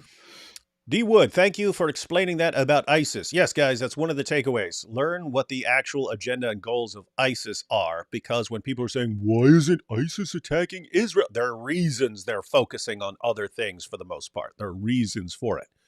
And it makes perfect sense. All these guys going, it makes no sense. If they were Muslim, if they were jihadis, they would be focusing on Israel. Not given, no, again, they believe it would be stupid and a massive waste of time to put all your energies into focusing on attacking things that you can't possibly win, because Allah's not going to bless you because you have all this sin and rebellion and apostasy and heresy in your community. It makes the perfect sense. By the way, where did Chloe L go? Haven't seen her post. Yeah. Chloe used to be way more active. She's taken. I mean, she was here. She showed up a little bit yesterday, but yeah, she's kind of taken a break from social media for a bit, which is wise, because it does affect you being involved with so much weird stuff online. Yeah, shame on Chloe for not being active. Shame on Chloe. She's too. It's about a Syrian girl. She's too white to be Syrian. Must be a colonizer. Yeah, she's supposed to be brown, or she's a colonizer. She's a European colonizer. Did the same spirit visit both Muhammad and Joseph Smith? That is a theory. They seem to have very similar characteristics, but a lot of that you could just say is human nature. In other words, if you're a guy and you somehow are starting your own religion, I don't think you need some specific demon to be telling you to, hey, make up revelations that give you a bunch of girls to bang. Right? It is messed up. It's like when I first, I only recently, I guess within the last few years, at some point, sat down and, because of a religion course, started reading more about Mormonism and found out about its history and you didn't about take Joseph a religion course, Smith. man. Come on. Yeah, I would never did, but when I did, I learned about Joseph Smith, and I thought, wait a minute, this is much more messed up than I actually thought, and I started having kind of similar feelings about it that I have about Islam, in a way, in terms of the moral aspect of its history. Despite the fact that Mormonism today, after it has been kind of, the fundamentalist aspect has been drowned out and has been turned into a different modern religion. Most Mormons don't do these and don't acknowledge these messed up things anymore. It is still true that it is historically quite a messed up religion. Yep, not pretty. With that said, if you ever run into some Mormons, they'll be the nicest guys in the world, man. Super nice people. I know that's super nice, nicest people around in the world. Nicest people in the world. Yeah. Hey, D Wood and AP, when you visited, did you go to Machne Yehuda? Also, will you be down to host Yosef Haddad at some point? Your take on his case? I think Machne Yehuda is a market that is in Jerusalem. Somebody told me to go there. Oh yeah, I went there before. It was jam packed. That's when there were Jews, like they were all young, but they were like young, like Orthodox Jews, full gear and stuff like that, who were like, "Hey, you're David Wood. Can I get a picture?" But nice. that was like 4 years ago or something. But yeah, so yeah, we went to the market when it was jam packed. But yeah, AP didn't get to go. No, I didn't. We didn't go anywhere except just where we had to go. What about Yosef Haddad? Will you be down to host Yosef Haddad at some point? And what's your take? I would love to. He's an Israeli Arab guy who does a lot of good pro-Israel stuff. Yeah, possible. Inshallah. You see, this is the proof that D. Wood led the Jews' attack on Moscow. They call the symbol on their flag the Star of David. You see, Alhamdulillah. Yeah. Wow, I didn't know that. That would be powerful proof. But guys, those are the kinds of cases that you could make if you wanted to. See? It's powerful stuff, you see. All right, let's watch this final clip from our reporter on the ground, Syrian girl. This is just really I just wanted to give her a final opportunity so that she can not embarrass herself and post a few words without some insane conspiracy theory. Finally. Inshallah. Behind me, people are putting down flowers for the deceased. 60 to 90 dead last I heard, and it's climbing because there's many injured also in hospital.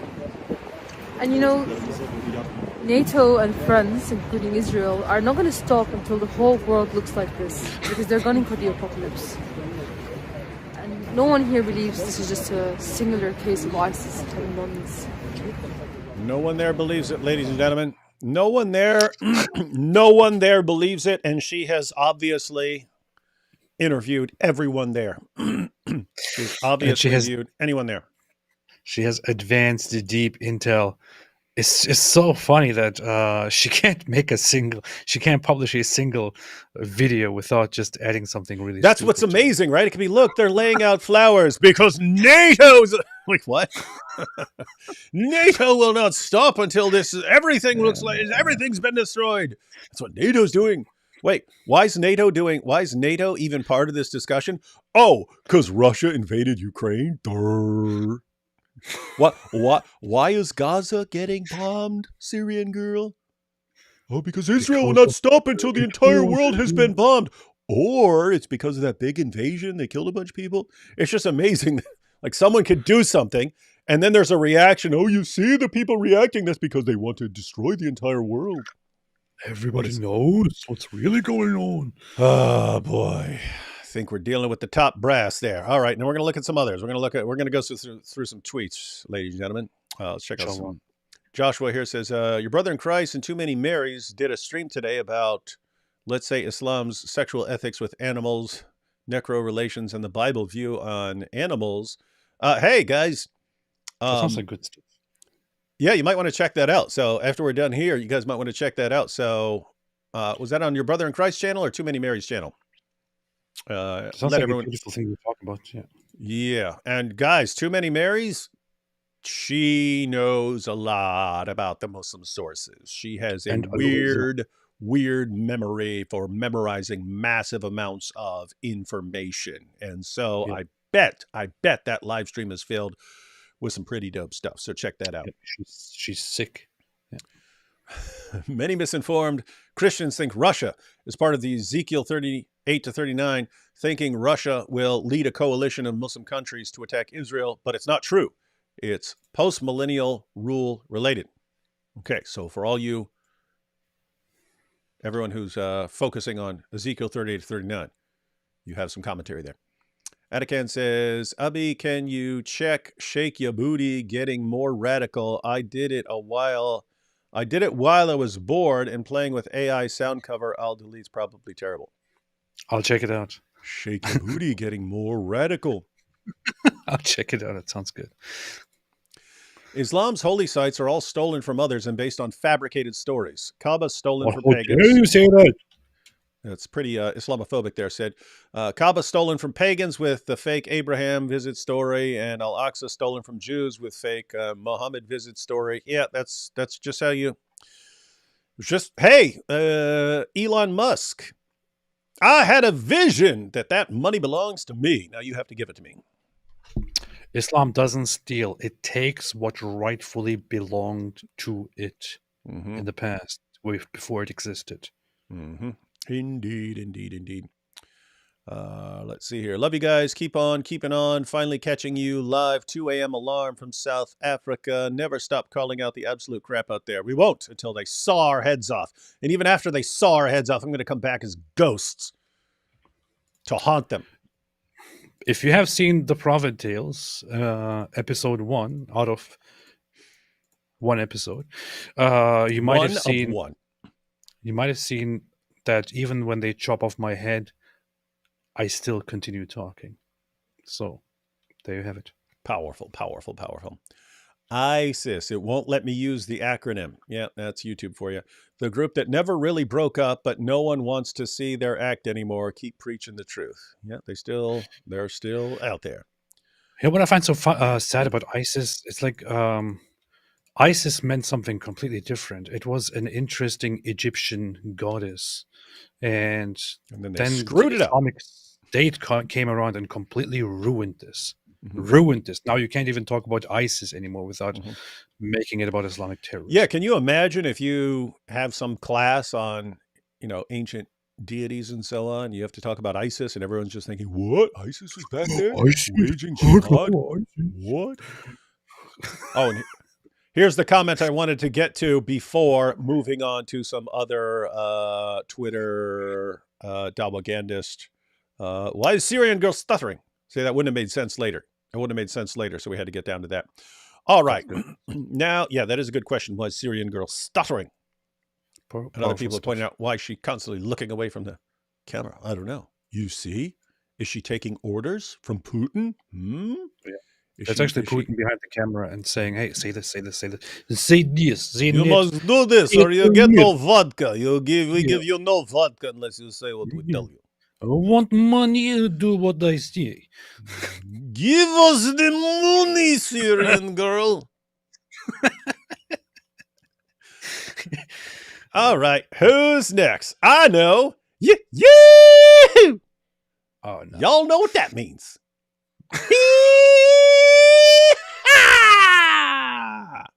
Muslim cowboy. Russia, my heart goes out to you and all the families of the deceased. Yeah, see, now this is just like Syrian girl. He's making a nice comment. Just as long as he doesn't have some insane conspiracy theories to go along with it. Wait a minute. Since when does Muslim cowboy care about the dirty infidels in their lives? He cares about the Russians. Russia, my heart goes out to you and the families of the deceased. Yeah. You must have been doing something correct to upset Israel enough to... Wait, what? You must have been doing something correct to upset Israel enough to make them do another false flag. Israel's secret intelligence services at it again. Yeehaw! 656 likes. 156 retweets. Muslim cowboy. You heard it here, folks. You know what's so funny? These guys, an Islamist like him, can just go out there and publicly make these stupid assertions without any piece of evidence and thereby actually lie. This is a form of lying. Thereby lie and get the approval of others. When these people know that under an Islamic state, if they made baseless accusations against other people within an Islamic state, they would be publicly punished for that kind of stuff. But they're fine with doing it as long as it's like as it's a public discussion about a perceived enemy. They're not like, yeah, let's just lie, let's just make stuff up. Well, who cares? All right, we're going to give Muslim cowboy one more chance to completely redeem himself and not say something insane and stupid. And he will redeem himself, probably. Yes, he is. He learned his lesson well. So here we go. Just watch an uncensored video circulating from the horrible carnage in Russia. I listened to the Arabic and it sounded so bad. Then one of the terrorists got caught by the special forces, and he was crying like the IDF soldiers do when they are being fired at. Totally Jews who did it. Wow. You see So the this guy's talking about here?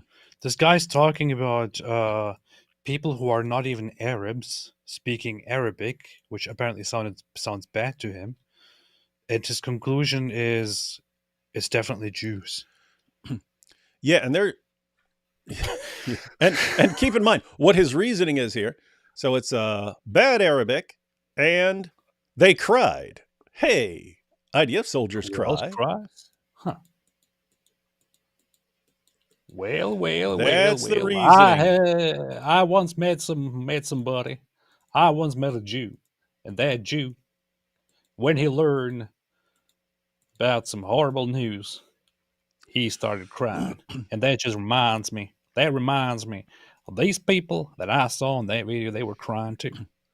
You know who And else cries? Jews. yep, Therefore, it was the Jews. That's you how heard it easy it here, is. folks. Just ask me. And these guys were crying because they're Jews, not because they were getting tortured by Russians. Because Jews cry, everybody knows. Jews Isn't that cry, funny? indeed. These guys are all these guys were clearly getting tortured by Russians to get information out of them. And then they spill all the information. These guys were supposedly they were Tajik, so I don't know if they were even so if they're speaking Arabic at all, it's not, they're from a different area. So it's not going to be the best. And what's Muslim Cowboy's conclusion? Therefore, they're actually Jews. Pretty sure Tajiks speak a Turkic language. I think that's that is, or isn't that more connected to Persian or something like that? Yeah, it's like an Iranian Turkic language, which is Tajik, and they also speak Russian. So it because it is a former Soviet country. You don't usually expect these people to speak Arabic. So that's that. But I don't even know. All right. Well, that's the Muslim Cowboys' reaction. You see, they're crying, and these guys who are Tajik, speak Tajik, their Arabic is crap, and so they're actually Jews. You heard it here, folks. 100% certainty. It was the Jews, because the Muslim Cowboy, one of the world's leading up and coming defenders of pedophilia, by the way, very important thing here. Now, Muslim Cowboy, the imbecile, he points out that these terrorists on the videos were crying, and or one of them was crying, and that just reminds me of Jews, because who else cries? Jews. There are some details that are going around that were spread online and also published by Russian media and Russian officials of how Russian security forces treated the suspects and those that were confirmed to be terrorists. I commented on this earlier and said, if Israel treated Hamas the way Russia treats terrorists, just imagine the outrage. But there were videos going around. One of those includes one of the terrorists having his head is completely full of blood. His face is full of blood. His head is wrapped up because apparently what they did, and there's also camera footage of it, what they did is to cut off his ears. Yeah, they Van Gogh'd him. They Vincent Van Gogh'd him. Force fed his ears to the guy during interrogation to find out more about their background. So this is what they're doing. This is what the Russian security forces are doing to the terrorist. They cut off the guy's ear and forcibly feed it to him to get as much information out of the guy as possible. And then Muslim Cowboys are like, the guy was crying. He was crying. And Muslim Cowboy, if somebody did that to you, I don't know what you would do. Yeah, you've seen these videos when they get the confessions out of the Hamas guys, and he's just sitting in an office in a chair, and he's spilling the beans about everything that he's been doing for Hamas, and they look like they're all messed up and in pain. He's like, so that's when we crossed the border, and it's like, what are you crying about? It's, guess what? They just been torturing the crap out of you for days, possibly. And the only way to stop the constant agonizing pain, and it doesn't have to just be like mangling someone. There's all sorts of like psychological methods and so on that you can use to just. I think Israel mostly does psychological torture. Yeah, you just don't let them sleep and so on. All kinds of things. Waterboarding, you're not really hurting anyone at all, but that messes you up and so on. Anyway, then the only way you can end this and be our friend is if you just come down here and start talking. And then boy, they start talking. But you see, look, they sound exactly like these other guys that Russia caught. So I guess ISIS is Hamas. Wait a minute, isn't that what Israel's been saying for a while? And you are bringing a good point. Muslim Cowboy here is saying, those IDF soldiers were crying. Have you seen the footage of your Hamas terrorists when they were taken captive and they were letting it all out and saying everything they did? Have you seen how pathetic those guys look? They look Yeah, pretty we did pathetic. we did bad things and we shouldn't have done those bad things. And yeah, and I personally never really wanted to do those bad things. All right. So that was Muslim Cowboy, his brilliant 2 cents. Next, we're going to have Andrew Tate, the top G himself, the smartest man in the world, according to him. A couple super chats real quick before Andrew I'm Tate. so happy that this guy blocked me on Twitter, and now we have to look at him again. Yeah. Ezra be like, I got some more followers than she got brain cells. That's true. That's exactly what Ezra would be saying. Be a light through your clothing at Eli Apparel. Nice. Here's my Based. 1/10 of a shekel for the holy temple. Based. So Israel came from Ukraine. Here we go. We're getting it. So Israel came from Ukraine wearing ISIS outfits in order to carry out their undercover CIA operation, Project Allahu Akbar, against Russia. That is pretty much the dominant theory among the Twitter Dawagandists of all stripes. Yes, that is correct. That makes a lot of sense. Here we have... remember, Russia is now considered part of the Shiite front. The Alawis, like Assad, gained Shiite status through Sadr's fatwa in 1973. Yeah, Russia sides with Iran and Assad. The main two fronts for ISIS. Mm-hmm. What do you think about Putin not acknowledging the confession of ISIS but trying to blame Ukraine? Yeah, I think it's deceptive, but completely understandable in a war. Hey, there's just a terrorist attack. Do we want a 2-front war dealing with Ukraine and and ISIS? No. So let's try and link it to Ukraine so we can focus on them for a while. Plus, it's also obvious that Putin is not the most honest guy out there. So you think? He will use the opportunity, of course, to make a move here. Oh, hey, here's an important point. Meredith says, Syrian girl confirmed the first and second Jewish temples. Isn't that interesting? She said, yeah, the Jews are trying to take this to get the third temple. So wait a minute. She just confirmed that it was that the first and second Jewish temples were there. Thank you, Syrian girl, for confirming the Jews were there first. That's very nice. You heard it from Syrian girl. You heard it from Syrian girl. If you didn't know it before, now you know it, thanks to Syrian girl. If you know, you know. If you know, you know. All right. Enough of this chit chat. How are we going to just be sitting here running our mouths when we've got Top G himself, Top G, his response to the attack? Plus, yeah. Who's Syrian girl when there's Top G, by the way? Oh, ISIS is back after a 10-year sleep. Must have been tired, I guess. Totally believable. Totally believable. By the way, guess who ISIS really are? Let me guess. The CIA and Mossad. And Ukraine, maybe, Andrew? I don't know. That's what I've been hearing. That's what I've been hearing right now. This is Andrew Tate, a person who knows nothing at all about history, about geopolitics, comes in and he's like, whoa, well, look at that. ISIS was gone for 10 years, and now suddenly they're back. They weren't gone for 10 years. They weren't even gone for a month. Andrew Tate, why don't you shut up and stick to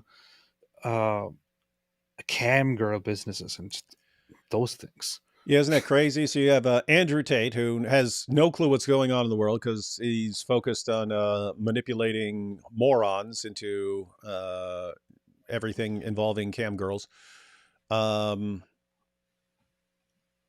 He doesn't pay any attention to what's going on in the world, thinks ISIS has been gone, and oh, shocker. Hey, with his 10-year claim here, this is the same guy who says he stopped the webcam stuff 10 years ago. Good Maybe point. maybe Tate's problem is he just has no concept of time. That is a good point. 10 minutes, 10 years, what's the difference? It's all the same in my mind. What a winner. What a winner. So anyway, that's the position of Andrew Tate. He did get community noted. ISIS published body cam videos from the attack, proving without doubt that they were in contact with the terrorists. All totally believable. So think about this. He's saying, oh, yeah, ISIS had something to do with this. Oh, yeah, totally believable. ISIS actually, these guys released the footage, and yeah, it came from ISIS. So, I wonder if ISIS was like, "Hey guys, did you see what Hamas did? Did you see the body cam footage and all that stuff that they published? It looks pretty good. We have to do a better job. We have to be better than them. So let's do this. Let's kill a bunch of uninvolved civilians and let's get some good footage. We need to do a better job. We are falling behind." And that's what they did. Islamic Indeed. terrorism. That's what it is. If the democracy works well, it is difficult to get voted by 60% or more. Presidential elections with 87% of the vote, it is a clear sign of dictatorship. It implies people are thinking the same way, fed by controlled media. So I'm guessing this is commentary on Putin's victory. There is that aspect which is pointed out that Russia is suppressing media and controlling media and basically keeping it in the hand of pro-government sides a lot and cracking down on oppositions with the excuse that the country is at war. So that definitely does play a role. Can some Muslim YouTubers be in a really bad situation? Huge Muslim following, but constantly proven wrong and no longer believes, but can't show it. So I guess this is talking about from the perspective of a Muslim YouTuber. You've got a huge following, but you're constantly proven wrong. And you don't even believe what you're saying anymore, but you can't show that because then you'd lose your big following. Think there's anyone like that, EP?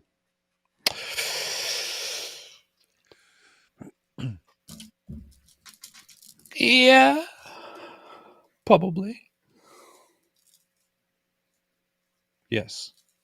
Yeah, probably some, but you can't tell because they're going to say the same thing regardless. So if it's a secret undercover ex-Muslim, but who wants to maintain his following, he's going to say the same thing he would say if he actually believed it. So, Yeah. I'll see it when I believe it.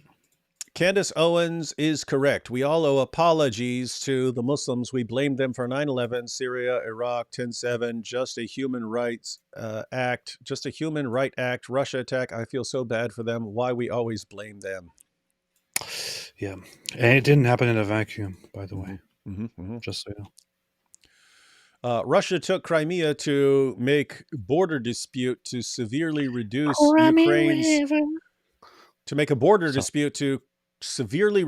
Ukraine's chance of joining NATO after U.S. backed a coup of Ukraine, birthed anti-Russian pro-NATO government. Russia gave NATO and Ukraine a chance to sign a doc to not let Ukraine join NATO before war.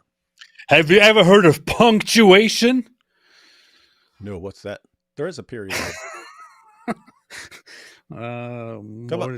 about this. I don't know. I can't follow. This statement, devoid of punctuation, has one more period than Aisha had when Muhammad started banging her. What's wrong with it?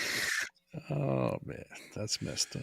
The attack was actually by Man Bear Pig. Trust me, bro. It's definitely not ISIS. I heard that theory too, and it sounds credible. Because if it looks like a duck, walks like a duck, and quacks like a duck, it must be Man Bear Pig in disguise. Am I right, Michael Beacon? Or the Jews. Or the Jews who are controlling Man Bear. They control Man Bear Pig. And walks like a duck. It is the Jews. Yeah. Mongols are the only ones to have ever conquered Russia, and that too in the winters. But Mongols were themselves the baddest people of all time. They were pretty messed up. They were Pretty pretty messed up. All right, who's up next, ladies and gentlemen? We Let me had guess. Andrew Tate. Let's see. guess. It's got to be done. Didn't want to do it. Tried to avoid it, but Oh no.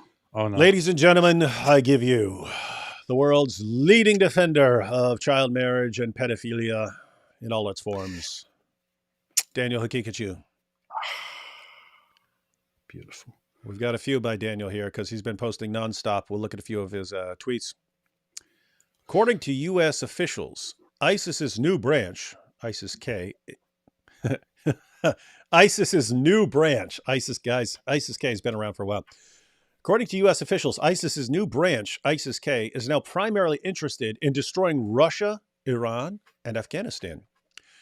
Selecting out these specific countries as targets seems rather bizarre, unless you understand ISIS. One Sunni, one Shia, one Christian. What do these three have in common? Is it just a coincidence that these states are opponents of the U.S. and supporters of Palestine?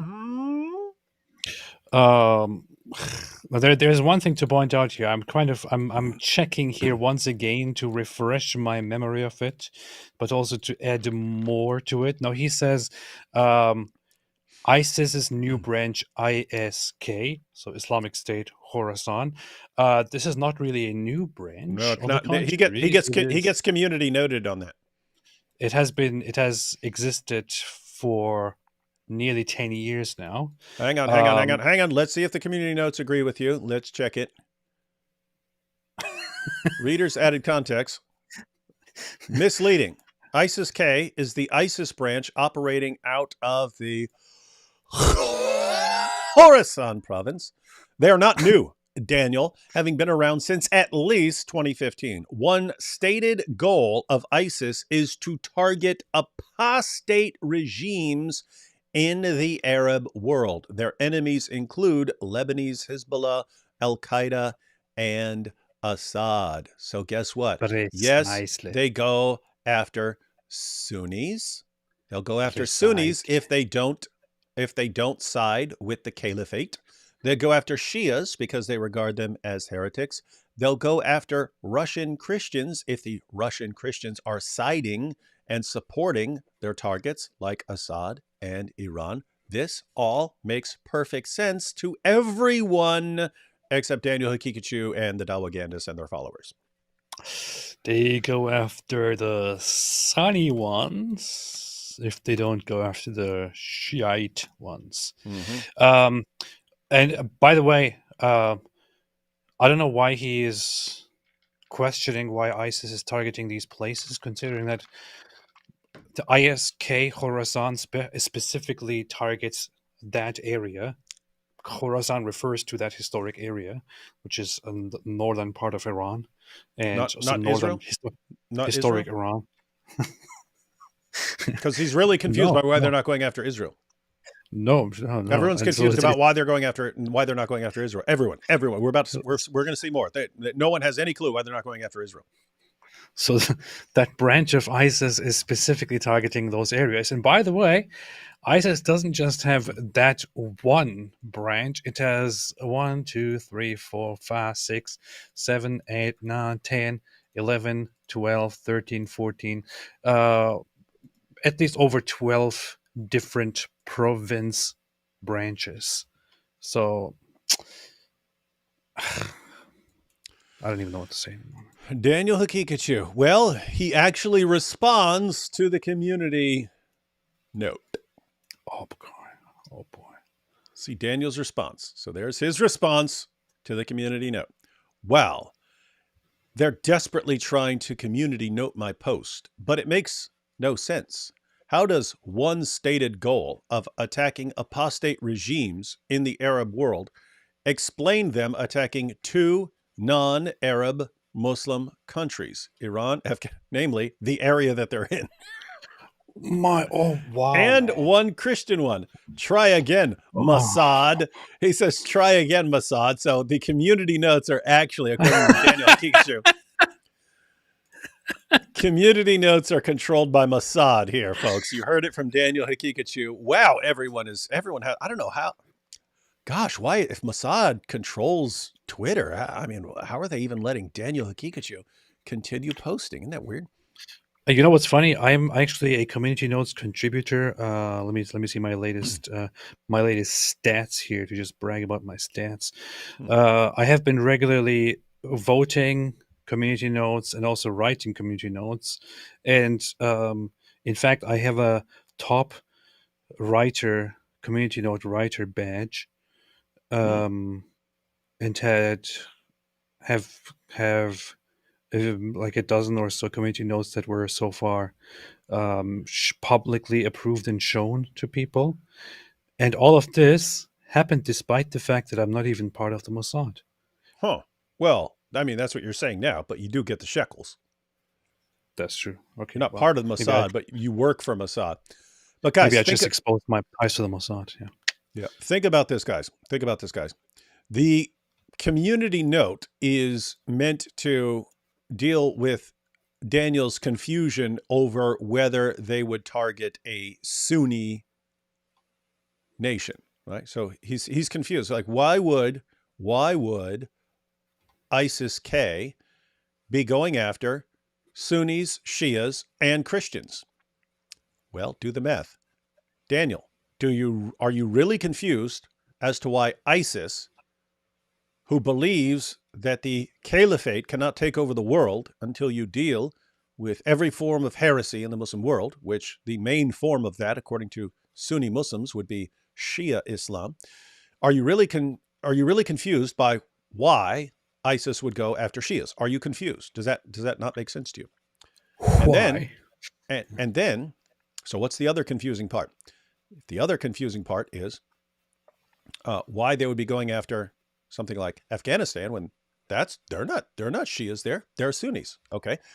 The community note was these guys go after apostate regimes. So if they're not fully in line with ISIS, then they are not submitting to the caliphate. And just like Abu Bakr said, if you're not doing what the caliphate says, he's coming to kill you. He's regarding you as an apostate. But Daniel Hakikachu is very, he just doesn't get it. He doesn't understand why ISIS, who goes after apostate regimes, is going after what they regard as an apostate regime. And then Russia, well, that's Christian. Why would they be going after Christians? It makes no sense. It makes absolutely no sense. Daniel. Why would they do that? You're saying it makes no sense for why ISIS-K would go after the nation that has been crushing ISIS for many years now, that ruined their plans in Syria, and that sides with Iran. You just don't get it. You don't understand. Are you actually this insanely stupid, or do you just know that your followers are? And so you can say whatever you want to them because they're morons. Which is it? You're a moron, or you're actually smart, but you know you're talking to morons. Which is it, Daniel? That's the only way you could post a tweet about being confused by why ISIS, who believes they are the only group and everyone else has to submit to them, and anyone who doesn't, they all have to be attacked. That's why you'd be confused by why they're attacking multiple different groups. Are you stupid? To be fair, the fact that you keep saying that his fans are morons, which sounds very insulting. It's not their fault. I should have given a content warning. It's not their fault. Whose fault is it? I don't know. Inbreeding? Maybe. I don't know. Let's see. Take a couple super chats, and then we're gonna be back with more from Daniel Hakikachu, because this man don't stop. This man does not stop. He keeps going. This man don't stop. This guy is the Energizer Bunny of pedophilia advocates. He just keeps going. This man don't stop. Okay, continue. Alan says, ISIS takes responsibility for terrorist attack. Conspiracy theorists. You see, it was the Ukrainian, American, Israeli, Norwegian, Jamaicans. Yeah, why not toss the Norwegians and Jamaicans in there?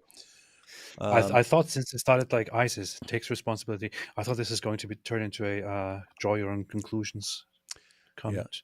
Yeah. Everyone knows it's you. Oh, it's about a Syrian girl. Everyone knows it's Ukraine. Is she thinking the voices in her head are other people? Yeah. Like, how do you know what everyone thinks over there? I don't know. If I were Russian, even if I absolutely hated Ukraine and I wanted Ukraine, if a bunch of jihadis screaming Allahu Akbar slaughter a bunch of people, and then ISIS says it was us, and then hey, here's the footage in case you're doubting, I'd probably think it was ISIS.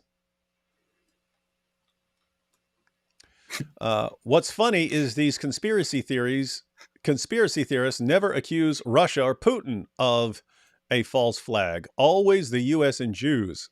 Hint: Second Chechen War. Putin would never do something like that. No. But yeah. So, by the way, there are conspiracy theorists who accuse Putin of a false flag. So I did see that. It's just not the general direction the Dawagandists go. Can't be right. I don't believe you. Coincidentally, Horror Show in Clockwork Orange was from Russian Horoso, which means good. That's good. That's different. Horror Show. But yeah, what I loved about Clockwork Orange is that it had its own invented language with things mixed. It's kind of funny. Did you see the Sneeko and Christian Orthodox guy debate? I only watched the discussion with Chris. I only watched the discussion with Sneeko and Chris, but he did have more discussions there. I'm sure I'll be checking those out. In fact, yeah, we'd be happy to get those guys on with us again. Inshallah. Yeah. AI can make new hadiths. Fun game. Mo or Chat GPT? Oh yeah. Hey, that'd be have AI make some new hadiths and then actually read them and say, is this from Muhammad or is it from Chat GPT? That would be a fun game. That's good. We got some Arabic there. Nice. D says NATO. Wait. Get back to that. Don't tell me what to do on my show. Don't tell me what to do. It says, yeah, Sheikh Yabudi. Okay. Nice. That's cool. NATO, like Sweden and Finland, initiation challenge was to attack Russia. Sounds legit. Yeah. They just said, oh, we want to mess with Russia. Oh, we're going to join NATO, and not because Russia definitely wants to expand and we want protection. No, we just want to do that because we want to make them angry because that's what we do. Turkish occupation of Cyprus is almost 50 years old, with churches being destroyed and turned into mosques. Not a peep from anyone, though. Yeah, why? Hey, you've got Israel. Stop talking trash about Turkey. Yeah, if Israel exists, there's nothing else in the world that even matters, as far as I can tell. Stop talking trash about Turkey. Could splitting of the moon be done with a miniature? What is that? Let the 3 yards diameter, 300 yards away, angular size of moon is actually quite small, would be epic. Probably, yeah. That's what you say. It's not waterboarding if you use camel pee. You see? It's pee boarding. Proof of David Wood's prophethood argument from comedic excellence. That would be a good one. Huh. My live streams are the funniest, therefore must come from Allah. Oh. Yes. Hey, here. That's true. So, hey, this guy says, AP, he's correcting you. AP, I speak Russian. It wasn't during interrogations, it was during the arrest. They say, really? And I quote, "Oh, let's cut his blank off, shoot his legs." He's saying that's what these guys are saying. Let's cut his junk off, shoot his leg, etc. And then the guy's, yeah, I'm happy to talk here a little bit. But did they actually do the thing, like the acts of with the one guy actually cutting his ears off and feeding them to him? And was that during the arrest, or I don't know? It's pretty messed up. I would, pretty messed up. Even before all that stuff, even without knowing any specifics, if I had to guess what Russian commandos or special forces or even like special police officers or something like that who are trained to deal with this sort of thing, if I had to guess what they're going to do if they capture some guys, I would bet that they are going to get a lot of information very, very, very quickly by whatever means it takes. That's what I would guess.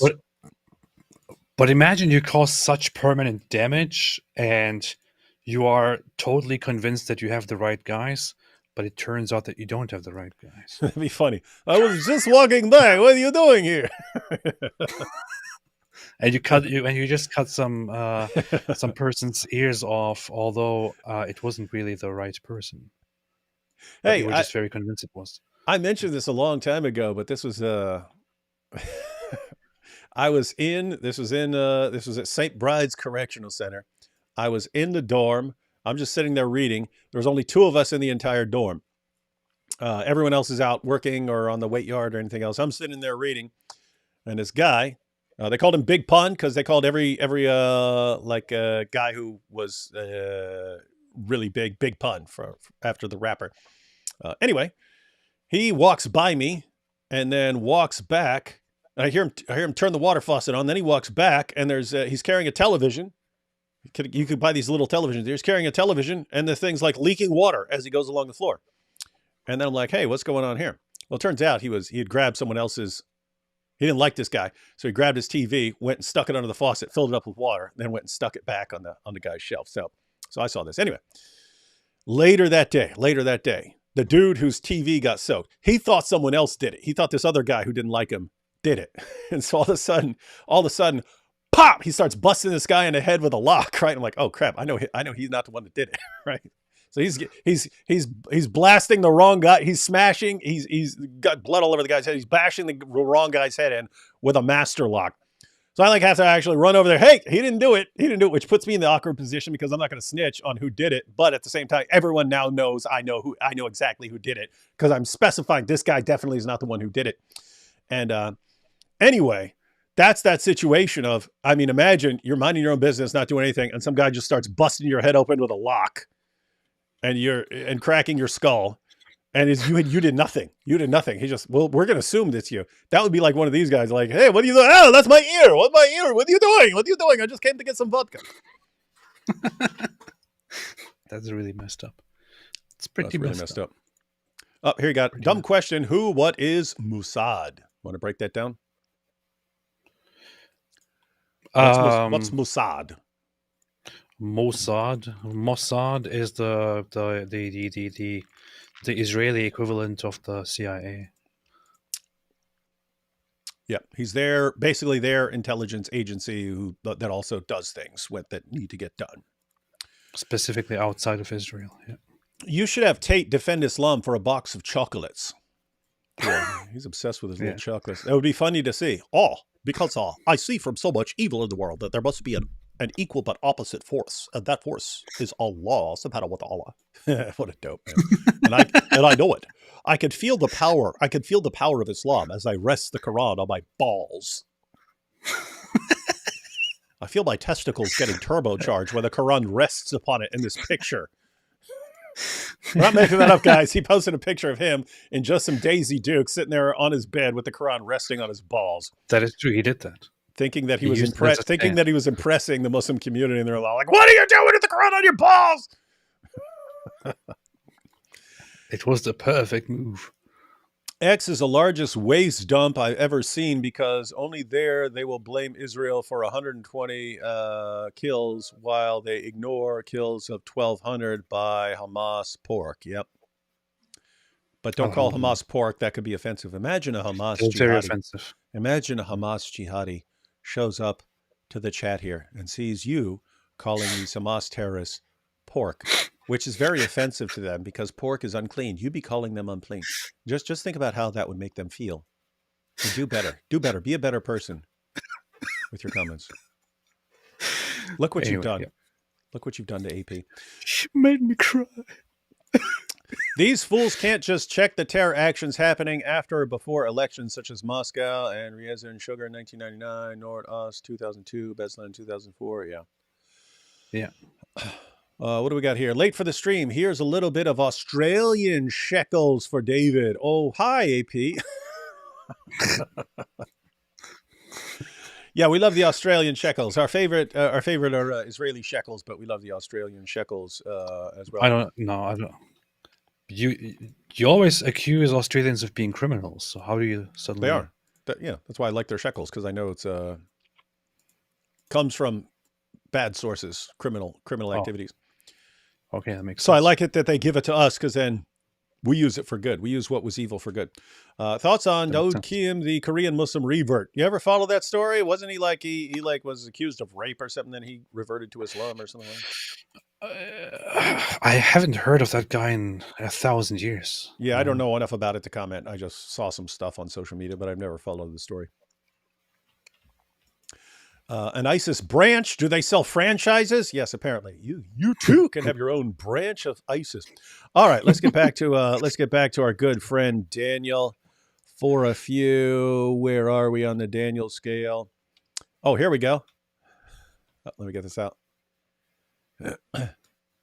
You heard it here, folks. Still trying to work out why ISIS doesn't attack Israel. And Daniel says, it's a mystery for the ages, ladies and gentlemen. Look at this. He got 10,000 likes. These are the Muslim, 2,000 retweets. It just doesn't make sense why ISIS, who doesn't believe they will be successful in attacking and conquering the world until they eliminate heresy and rebellion and so on from the Muslim community, why aren't they going and fighting Israel? Because they don't believe that Allah will bless them to be successful until they deal with their problems within the Muslim community. Notice it's the opposite reasoning. It's the opposite reasoning from Daniel Hakikachu and all his fans and all the Dawah guys. They're all obsessed with, hey, things really suck in the Muslim world. Let's blame everyone else and attack everyone else.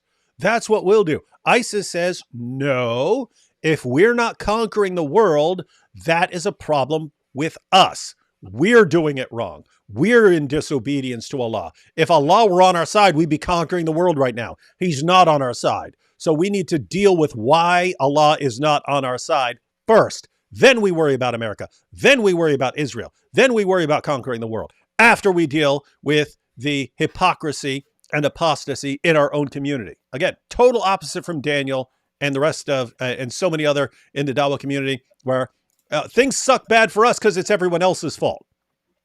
Everything is everyone else's fault. For ISIS, no, it's our fault. We deal with our problem first. This is so dumb. Isn't it? I mean, as we said, these people are imbeciles. They can't think as far as ISIS does, for example. Yeah, it's just. I mean, it's as repulsive as ISIS is, and in a way, I mean, they're, the stuff they do, it's worse than the vast majority of Muslims ever do. But they're also the only ones who have any concept of introspection. Like, let's look at ourselves first instead of blaming the rest of the world, right?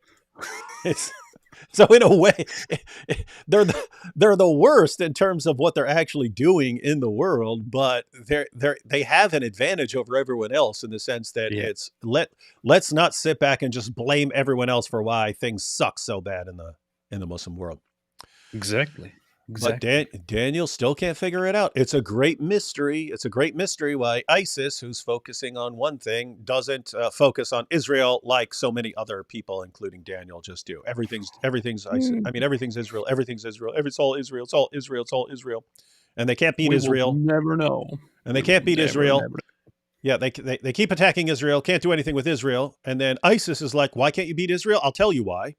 Because you're a bunch of apostates and hypocrites, and you don't enforce Sharia, and you don't purify your own community, and so you're never going to be successful. So we're not going that route. And Daniel, we don't get it. It just makes no sense. It's a mystery for the ages. I have no idea what is happening. More Daniel Hakikachu. It's such a crazy coincidence that Netanyahu and all the official Israeli outlets have spent 6 months spamming Hamas equals ISIS, and then ISIS wakes up one day and decides to attack Russia in a mass casualty event. And now all those same Israeli accounts have been nonstop spamming proof that ISIS was behind the proof in quotation marks that ISIS was behind the Russian attack. Nothing suspicious about any of this.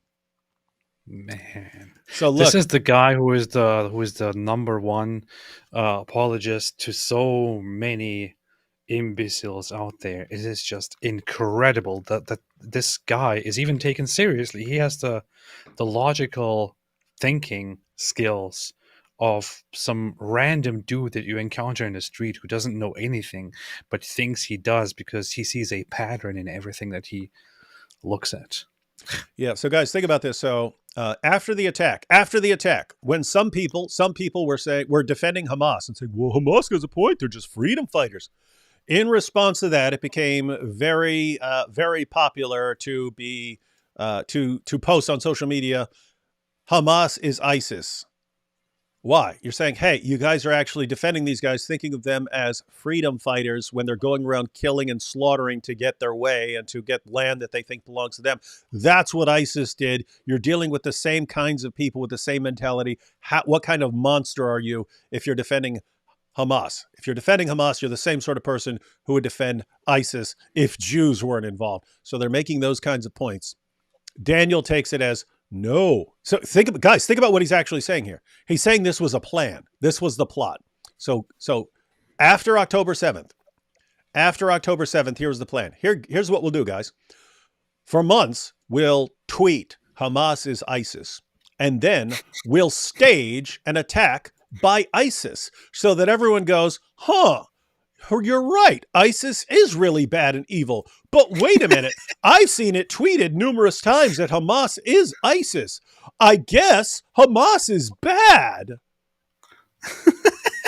That's his theory. That's to Daniel Hakikachu, the world's leading defender of pedophilia.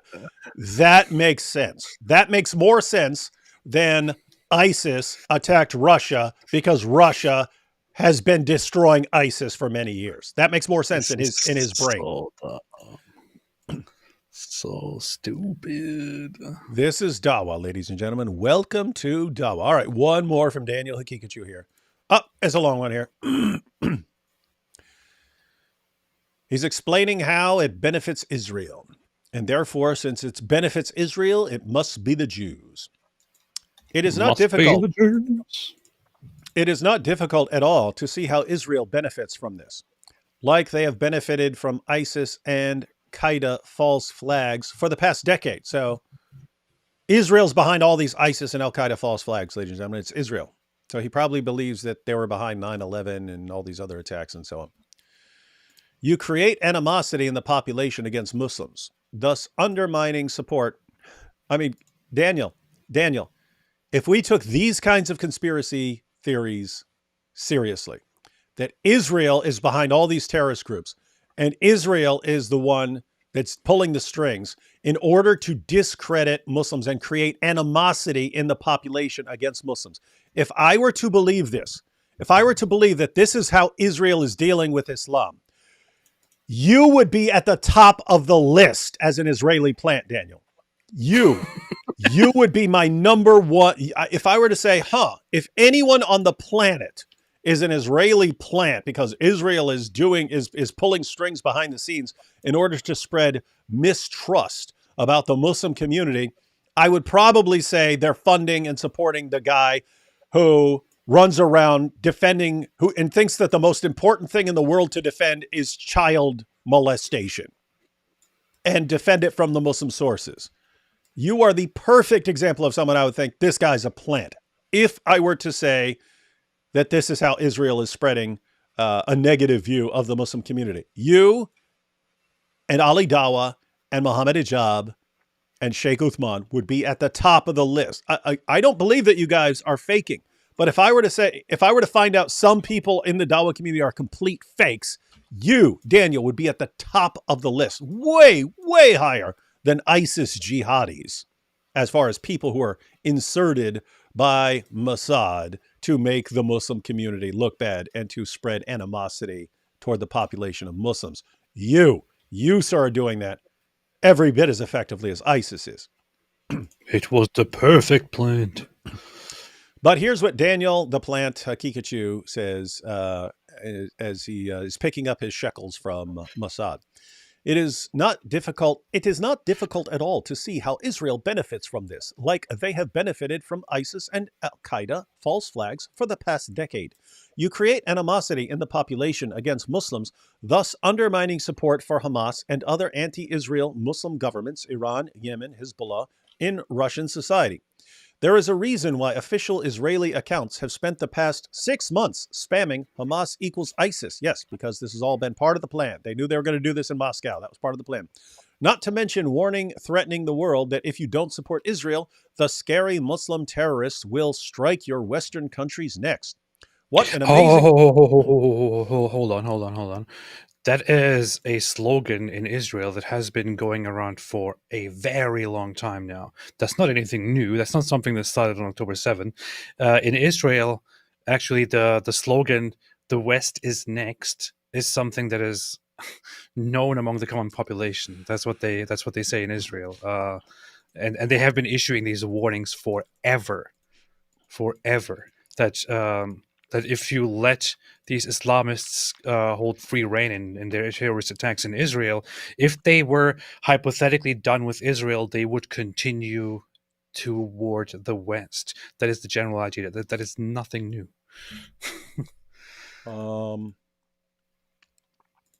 it's new. Daniel says it. What an amazing coincidence that is exactly what happened. Yeah, isn't it an amazing coincidence that Israel warned people, hey, Muslims are going to launch terrorist attack, because it takes Israel to warn people about that. We could have never figured out that jihadis want to launch terrorist attacks. We just found that out. We just found that out. Just found that out in the past 6 months, that there are Muslims who want to carry out terrorist attacks. Wait, there are Muslims who want to carry out terrorist attacks? Yeah. Yeah, we found that. Yeah. Didn't you learn anything from Israel while you were there? They told you that. Weird. Huh. What makes absolutely no sense is why a radical Muslim group would choose to target Russia at this moment.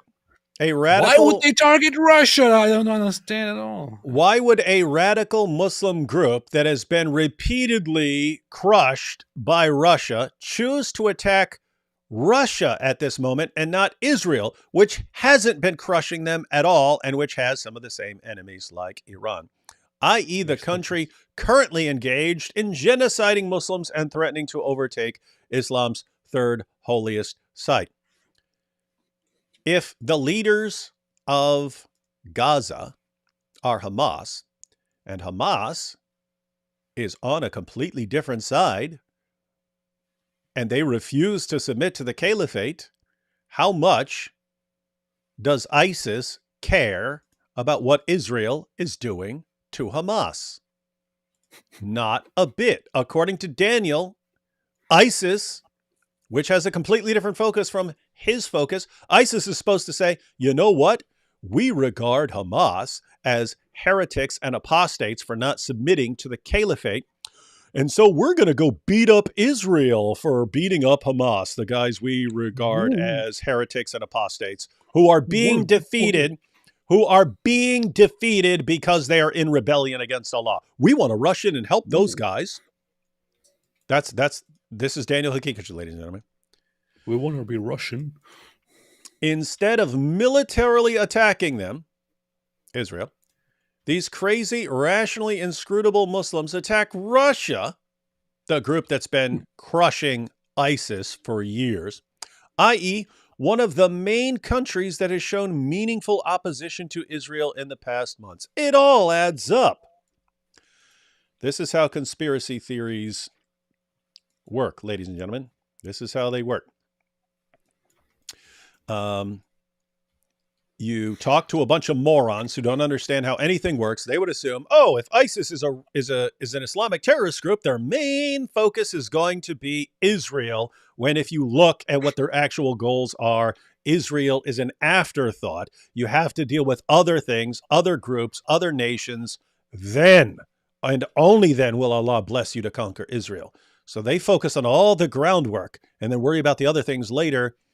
Daniel is of the mindset, no, we just have to mindlessly keep attacking the same group that keeps crushing us over and over and over again until all of Gaza is a pile of rubble. And what's funny is this doesn't even sound smart. It doesn't even sound compelling. I guess it sounds smart to you if you are a complete imbecile and you have the thinking capacity of a goat. Um, but to a normal, intelligent human being, none of this sounds remotely intelligent, No, and but yet they go yeah, with it. Yeah. the creepy part is these guys. I mean, you've got a population of 2 billion worldwide to draw on. As far as can you find people Bunch who are of goats. stupid enough to agree with you, and then to freak out over Israel? And, hope Israel's definitely behind this. Israel's definitely behind this. You go to a different. Nope.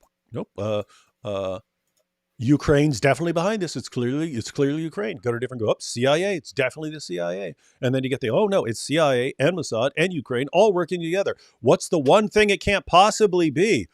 ISIS, the group that Russia's been fighting. It can't just be ISIS saying, hey, they're focused on Ukraine. Now's our chance to get in there. They're not paying attention to Muslims right now. Let's get in there. Nope, can't be that. But ISIS over here. No, we did it. That was us. No, you're lying. You're lying. Mossad told you to lie.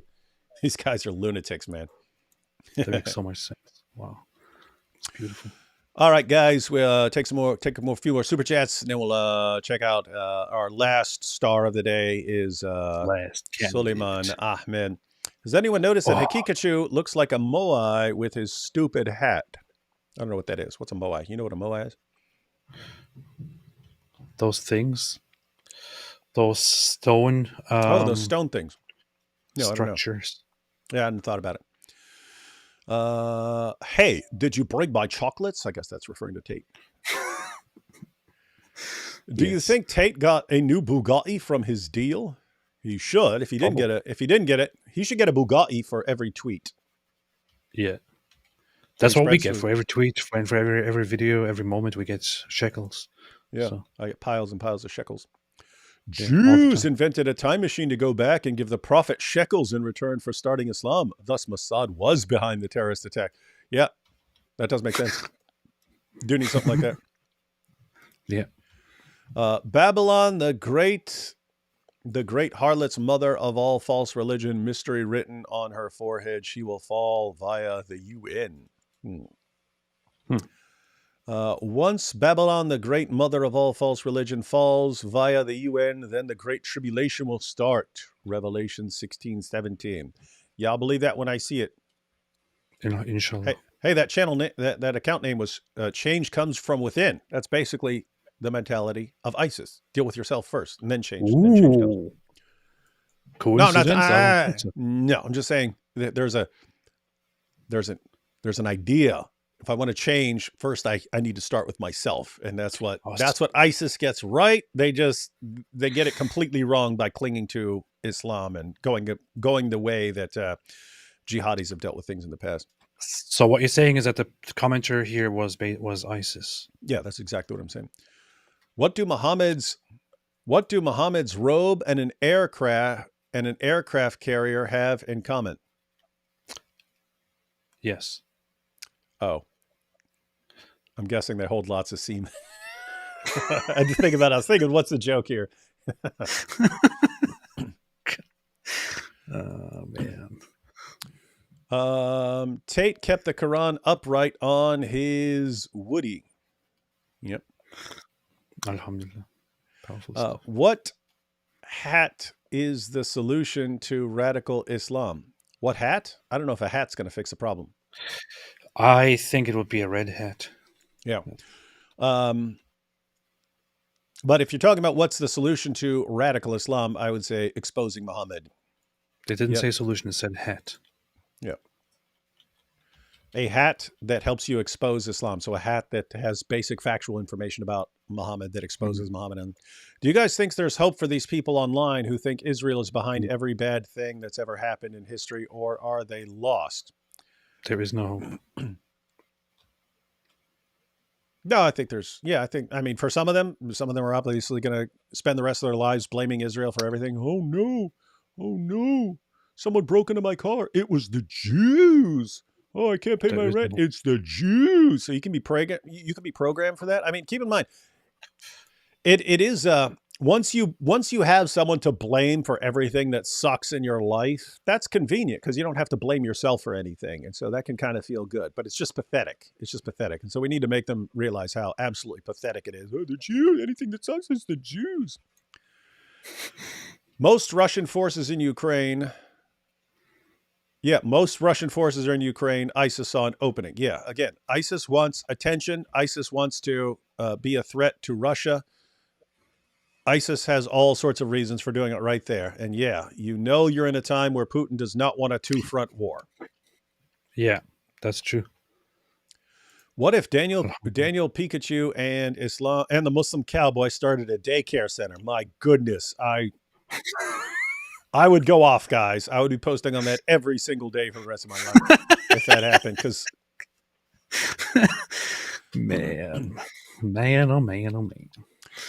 D Wood, please check Fox News headlines. Activists call for white churches to pay reparations. Not a topic I'm terribly interested in. What? Why not? This is the most important topic. AP, I sent the video on X to you right now. Bitte überprüfen. Bitte überprüfen. I sent it to you. AP can't play videos though from his side, so he'll have to check that out at a different time. God bless you all. Thank you. American exceptionalist David, thoughts on Cliff Knickle, solid apologist. Cliff, yeah, don't have any.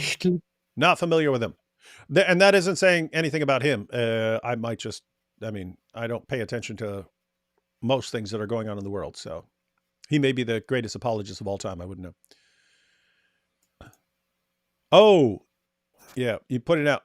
You read it wrong. I said Bugatti. Yeah. Give Tate another Bugatti for his tweet. Yeah, that is right. Ooh. Have you seen the UN meditation room? No, I have not. Sorry about that. I have not seen the UN meditation room. What? Okay, I just saw the video. Video of what? What's in it? Of the Russian security. Or were they messing with him hard? Yeah. Was it bad? It looks bad. I don't have. I'm not saying that Russia is the good guy here in anything at the moment, but especially after that. They're not. It's like if Saddam caught a terrorist who just did something horrible. He's still Saddam. I don't like Saddam, but Saddam would be getting information out of that guy. And I would want him to get information out of that terrorist, even if I didn't ordinarily like Saddam or something like that. And it would be satisfying to watch for me. If you're a creepy psychopath like AP. All right, guys, couple of tweets from Suleiman, and then we will wrap things up. Breaking Hamas. Oh, here we have from Hamas. Breaking Hamas official statement on Moscow terror attack. We in the Islamic resistance movement, Hamas, condemn in the strongest terms the terrorist attack that targeted civilians in the Russian capital, Moscow, and left dozens dead and wounded. We extend our sincere condolences to the Russian leadership and people and to the families of the victims of this criminal attack, and we wish a speedy recovery to the injured, and we express our full solidarity with Russia, its people, and the families of the victims in this tragedy. From the perspective of ISIS jihadis, you just said we side with Russia, its people. We have full solidarity with Russia, the nation that has been crushing ISIS for years.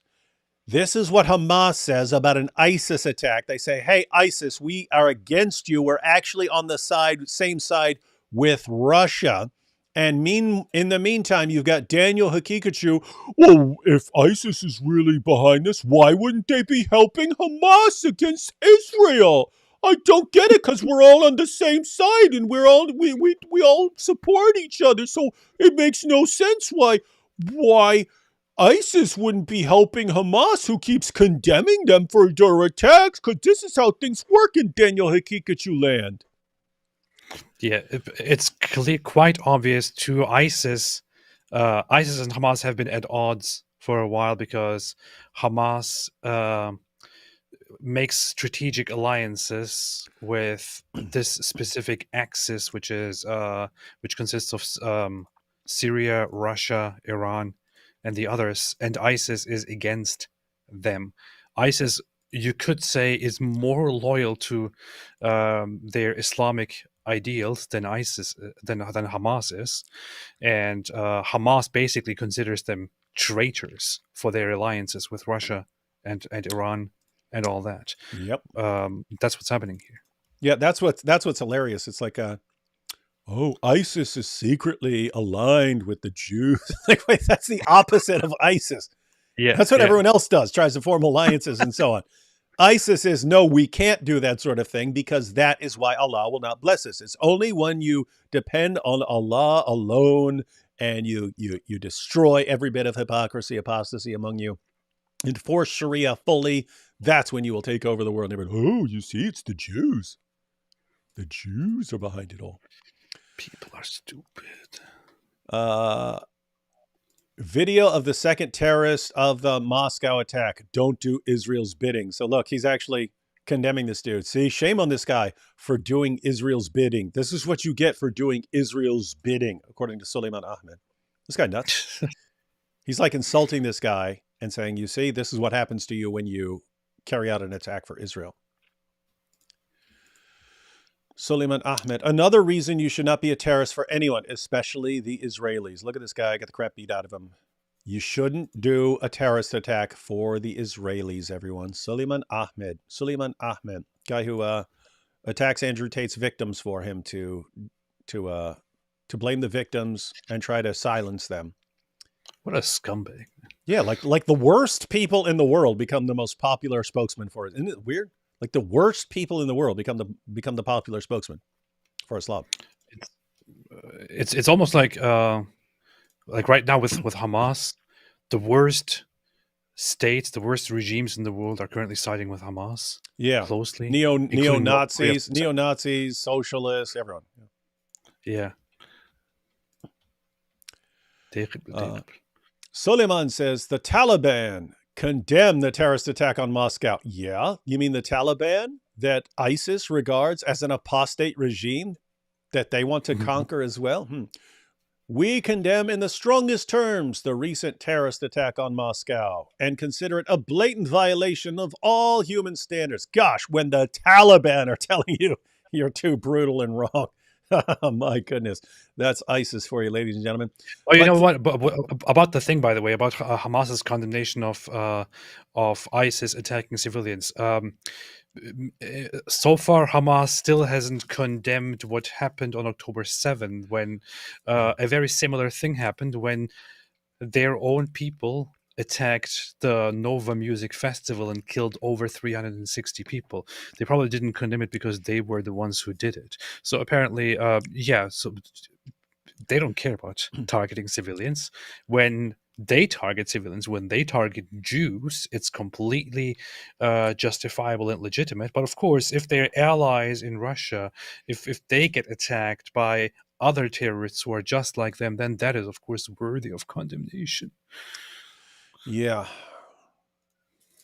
So, guys, think about, again, as far as Daniel's concerned, it makes no sense for ISIS to not be attacking Israel and to be against Afghanistan. That's a Sunni Muslim country. Yeah, the Taliban condemns ISIS. ISIS condemns the Taliban.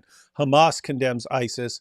ISIS condemns Hamas. They are not on the same side. We think of them all as terrorists, and we think they're all on the same page. They're not. These guys would destroy each other in a heartbeat. How? How can Daniel be this stupid? I do not know. Unless he's paid by Mossad to make his community look stupid. Alhamdulillah. Suleiman Ahmed, ISIS threatened Hamas. ISIS threatened Hamas. Yeah, they did. Hamas condemns ISIS. ISIS threatens Hamas. ISIS threatens Hezbollah. Hamas. Yes. ISIS is against everyone who does not side with ISIS. This is not rocket science, Suleiman. ISIS threatened Hezbollah. ISIS threatened Assad. Yep, wrong sect of Islam. ISIS threatens Israel's enemies. Explain why. Do you really need us to explain it, Suleiman? Do you really need us to explain that ISIS believes it is the caliphate, Hamas refuses to submit to the caliphate, and therefore, just as Abu Bakr said, if you do not submit to the caliphate, he's coming to kill you and regarding you as an apostate, that's what ISIS is going to do. Do you really not understand why they go after groups that they regard as heretical, like Hezbollah? Do you really need that explained? Are you seriously this insanely stupid? Suleiman. One of life's great mysteries here. And finally, final tweet from Suleiman. Hey, it's ISIS. Nope, it's the CIA and Mossad. Ho ho! Good one. Good one, Suleiman. You're doing a great job. Whoa. That's so right. original. When Whoever said this before. Nobody ever said this. ISIS spends months, I mean months, planning an attack. They finally carry it out. And Suleiman here, nope, it's actually the CIA and Mossad. Have some respect. Have some respect for their efforts. Nope. Poor ISIS can no longer carry out a terrorist attack and get credit for it because Israel will be blamed and the CIA and Ukraine. So that's the situation they're in. Sucks to be you, ISIS. Sucks to be you. You suck, ISIS, but still sucks to be you, even though you suck. Yep. But now you're in a situation you can't even get credit anymore because of online Muslim conspiracy theorists. Wow. Poor ISIS. All right. Got 2 more super chats here, and then we'll wrap it up. Do you think Tate is texting the guys he scams while lying on his stomach with his feet in the air while he giggles like a teenage girl? So is he on his bed going, oh, really? Oh, you're so big and strong and manly. Let me tell you what I want you to do to my boobies. And it's actually Andrew Tate. Not only that, he also texts with those people whenever he's bored. He's like, oh, that's true. Yeah, and he's sending, he's chatting with them on his phone, he said. He sits there and would chat with them. Guys, if you don't know what we're talking about, you have to watch previous episodes. But Andrew Tate has said that when he was doing the cam girl stuff for years, he had the cam girls on camera, but he's the one communicating with the guys behind the scenes, pretending to be the cam girls. So this is Andrew Tate. Oh, I just want you to wrap your big manly arms around me and do all this stuff to me. Oh, I just want to open my mouth and blah, blah, blah. That was Andrew Tate, the top G, talking to guys. And this is this super strong Alpha Chad. This is what a real man does. He pretends to be a hot woman and texts these guys online and talks about all the things that he wants to do to them. This is what a real man does. And if you're not a real man, you will end up like wearing a Barbie shirt like this. See? Yep, that is true. That is true. Isn't that amazing? Like Tate's fans would be like, if they saw you, be like, oh, you're not a real man. You're wearing a Barbie shirt. A real man is someone who sits around pretending to be a cam girl, talking about wanting all these guys to bone him and ram all his holes. These guys are nuts, man. What they regard as a real man. It is the perfect man. A real man is someone who pretends to be a woman all the time. and to make guys fall in love with him. Think about this. He's an expert at getting girls to fall in love with him, and then he uses that same skill to get guys to fall in love with him. He has guys who are in love with what they think is a woman on the other end of the chat. And it's actually Andrew Tate getting guys to fall madly, insanely in love with him. That's beautiful. That's your top G. That is beautiful. All these ignorant people blaming Israel, ISIS, Ukraine, Putin, the CIA, etc. Anyone with a brain knows it was the Wingalings. That's true. And if you want to just say, well, so and so might be behind this, that's true. But you should put the Wingalings on that list as well, because it's possible. You don't know.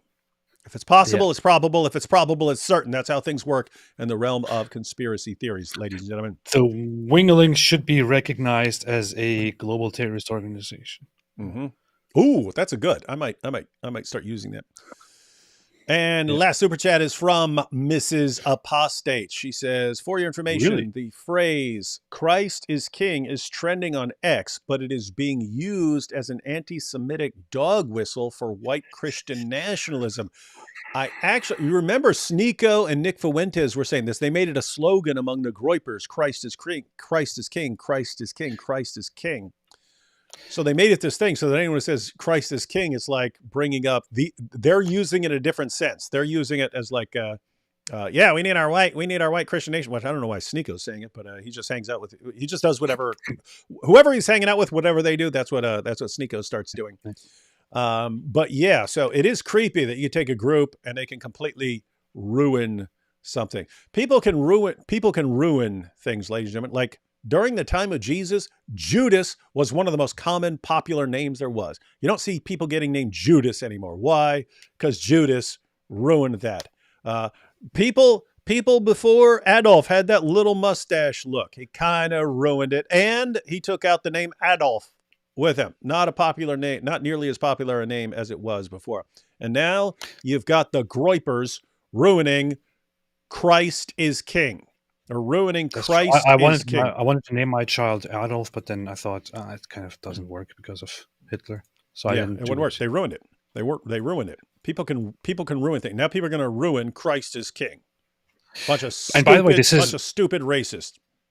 This is, by the way, you know what they do? So they start using the phrase "Christ is king" on social media, and then when people start turning this or complaining about this or pointing this out, they then go around and say, "Oh, look at this! Now they're saying, now they're implying that saying Christ is king is anti-Semitic. See, this is what they really are. They are just against Christianity. They want Jewish supremacy and so on." But this is an actual strategy. This is what they are actually doing. And some people might not understand this if they're not familiar with the Groypers, the current neo-Nazis, the Nick Fuentes crowd. But the entire strategy of the Groypers, as they call themselves, of Nick Fuentes' people, is to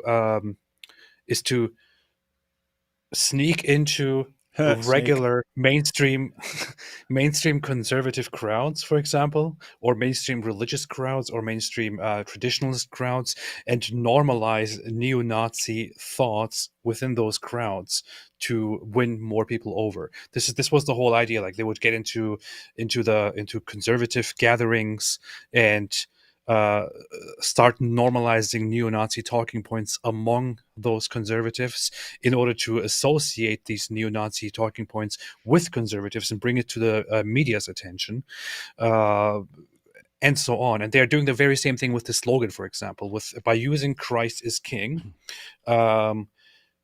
everywhere. Within a neo-Nazi context, they're trying to win regular Christians over and also form this image of, look, they have a problem with us saying Christ is king because they are against Christians. That's the goal, right? Christians, you start saying Christ is king. You start saying Christ is king, and they know it's coming from neo-Nazis, so they start responding to that sort of thing. No, stop saying that, blah, blah, blah. Oh, you see? They're attacking us for saying Christ is king. You see, everyone, they're anti-Christian. Let's all unite. Let's all unite against them, Christians. Don't fall for idiotic faces. This is the strategy. This is a strategy. That's what they're doing. Don't fall for that nonsense, ladies and gentlemen. Top C here, Catholic cowboy. Jihad. Shekels for the children. Love you, man. Thank you. Can you say the Bibles has being debunked in Ali Dawa's voice? The Bibles is being debunked, yeah? Yeah. And we're proud of that, we're proud of that. Because I know more than Allah. Allah say the Bible's been, it's as good as gold, yeah. And that's why everyone got to judge by it. But, us modern Dawah guy, we know better than Allah. Isn't it? Allah is stupid, yeah. Allah doesn't know. Trust me, yeah. Mm-hmm. So the king of the Jews is now a Nazi. Yeah, that's what's funny. It's Jesus, king of the Jews. Yeah. And he's a Nazi against Jews. Uh-huh. Yes. And we have Tracy here. Christ is king. I don't care what anyone says or believes. Indeed, I agree that Christ is king. I mean, And maybe I you could just add something to that, and maybe you could like publicly comment on it and say Christ is king, and then add something and he to can't it, like stand, and he will judge Nazis or something like that. something like that. Maybe, I don't know. Yep. All right, ladies and gentlemen. Well, we have gone through some of the most popular conspiracy theories about the attack in Russia. Notice all of them. They all follow Having the proven exact same method.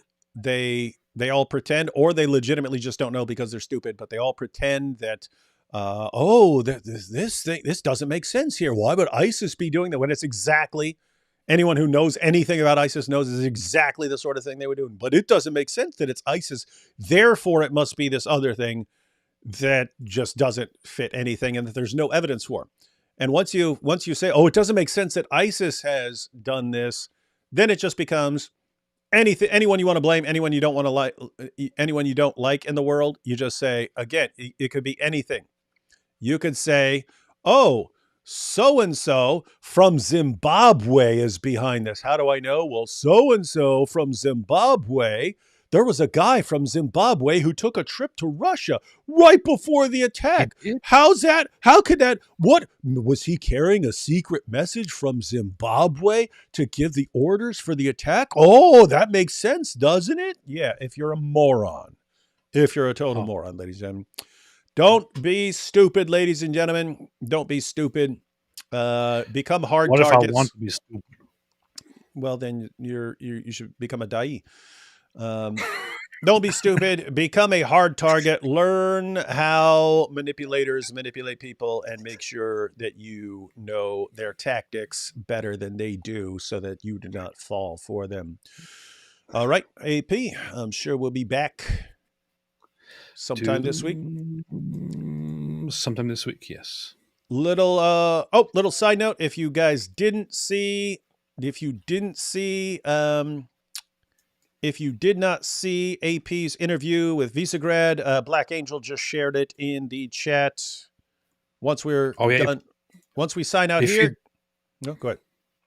If you did not see that interview, you should definitely head over and have a look at that instead of rushing to conclusions. Yeah. But Black Angel has been putting it in the chat. See, therefore I can do it too. See? Who can play that game? All right, guys. So yeah, once we're done here, go ahead and check out that interview of AP being interviewed on his ideas and leaving Islam while walking through the Muslim quarter in Jerusalem. Muslim quarter of Jerusalem. Yep. And I'm sure we'll be back sometime this week with some more stuff because there's just too much stuff to keep up with. So catch you all later.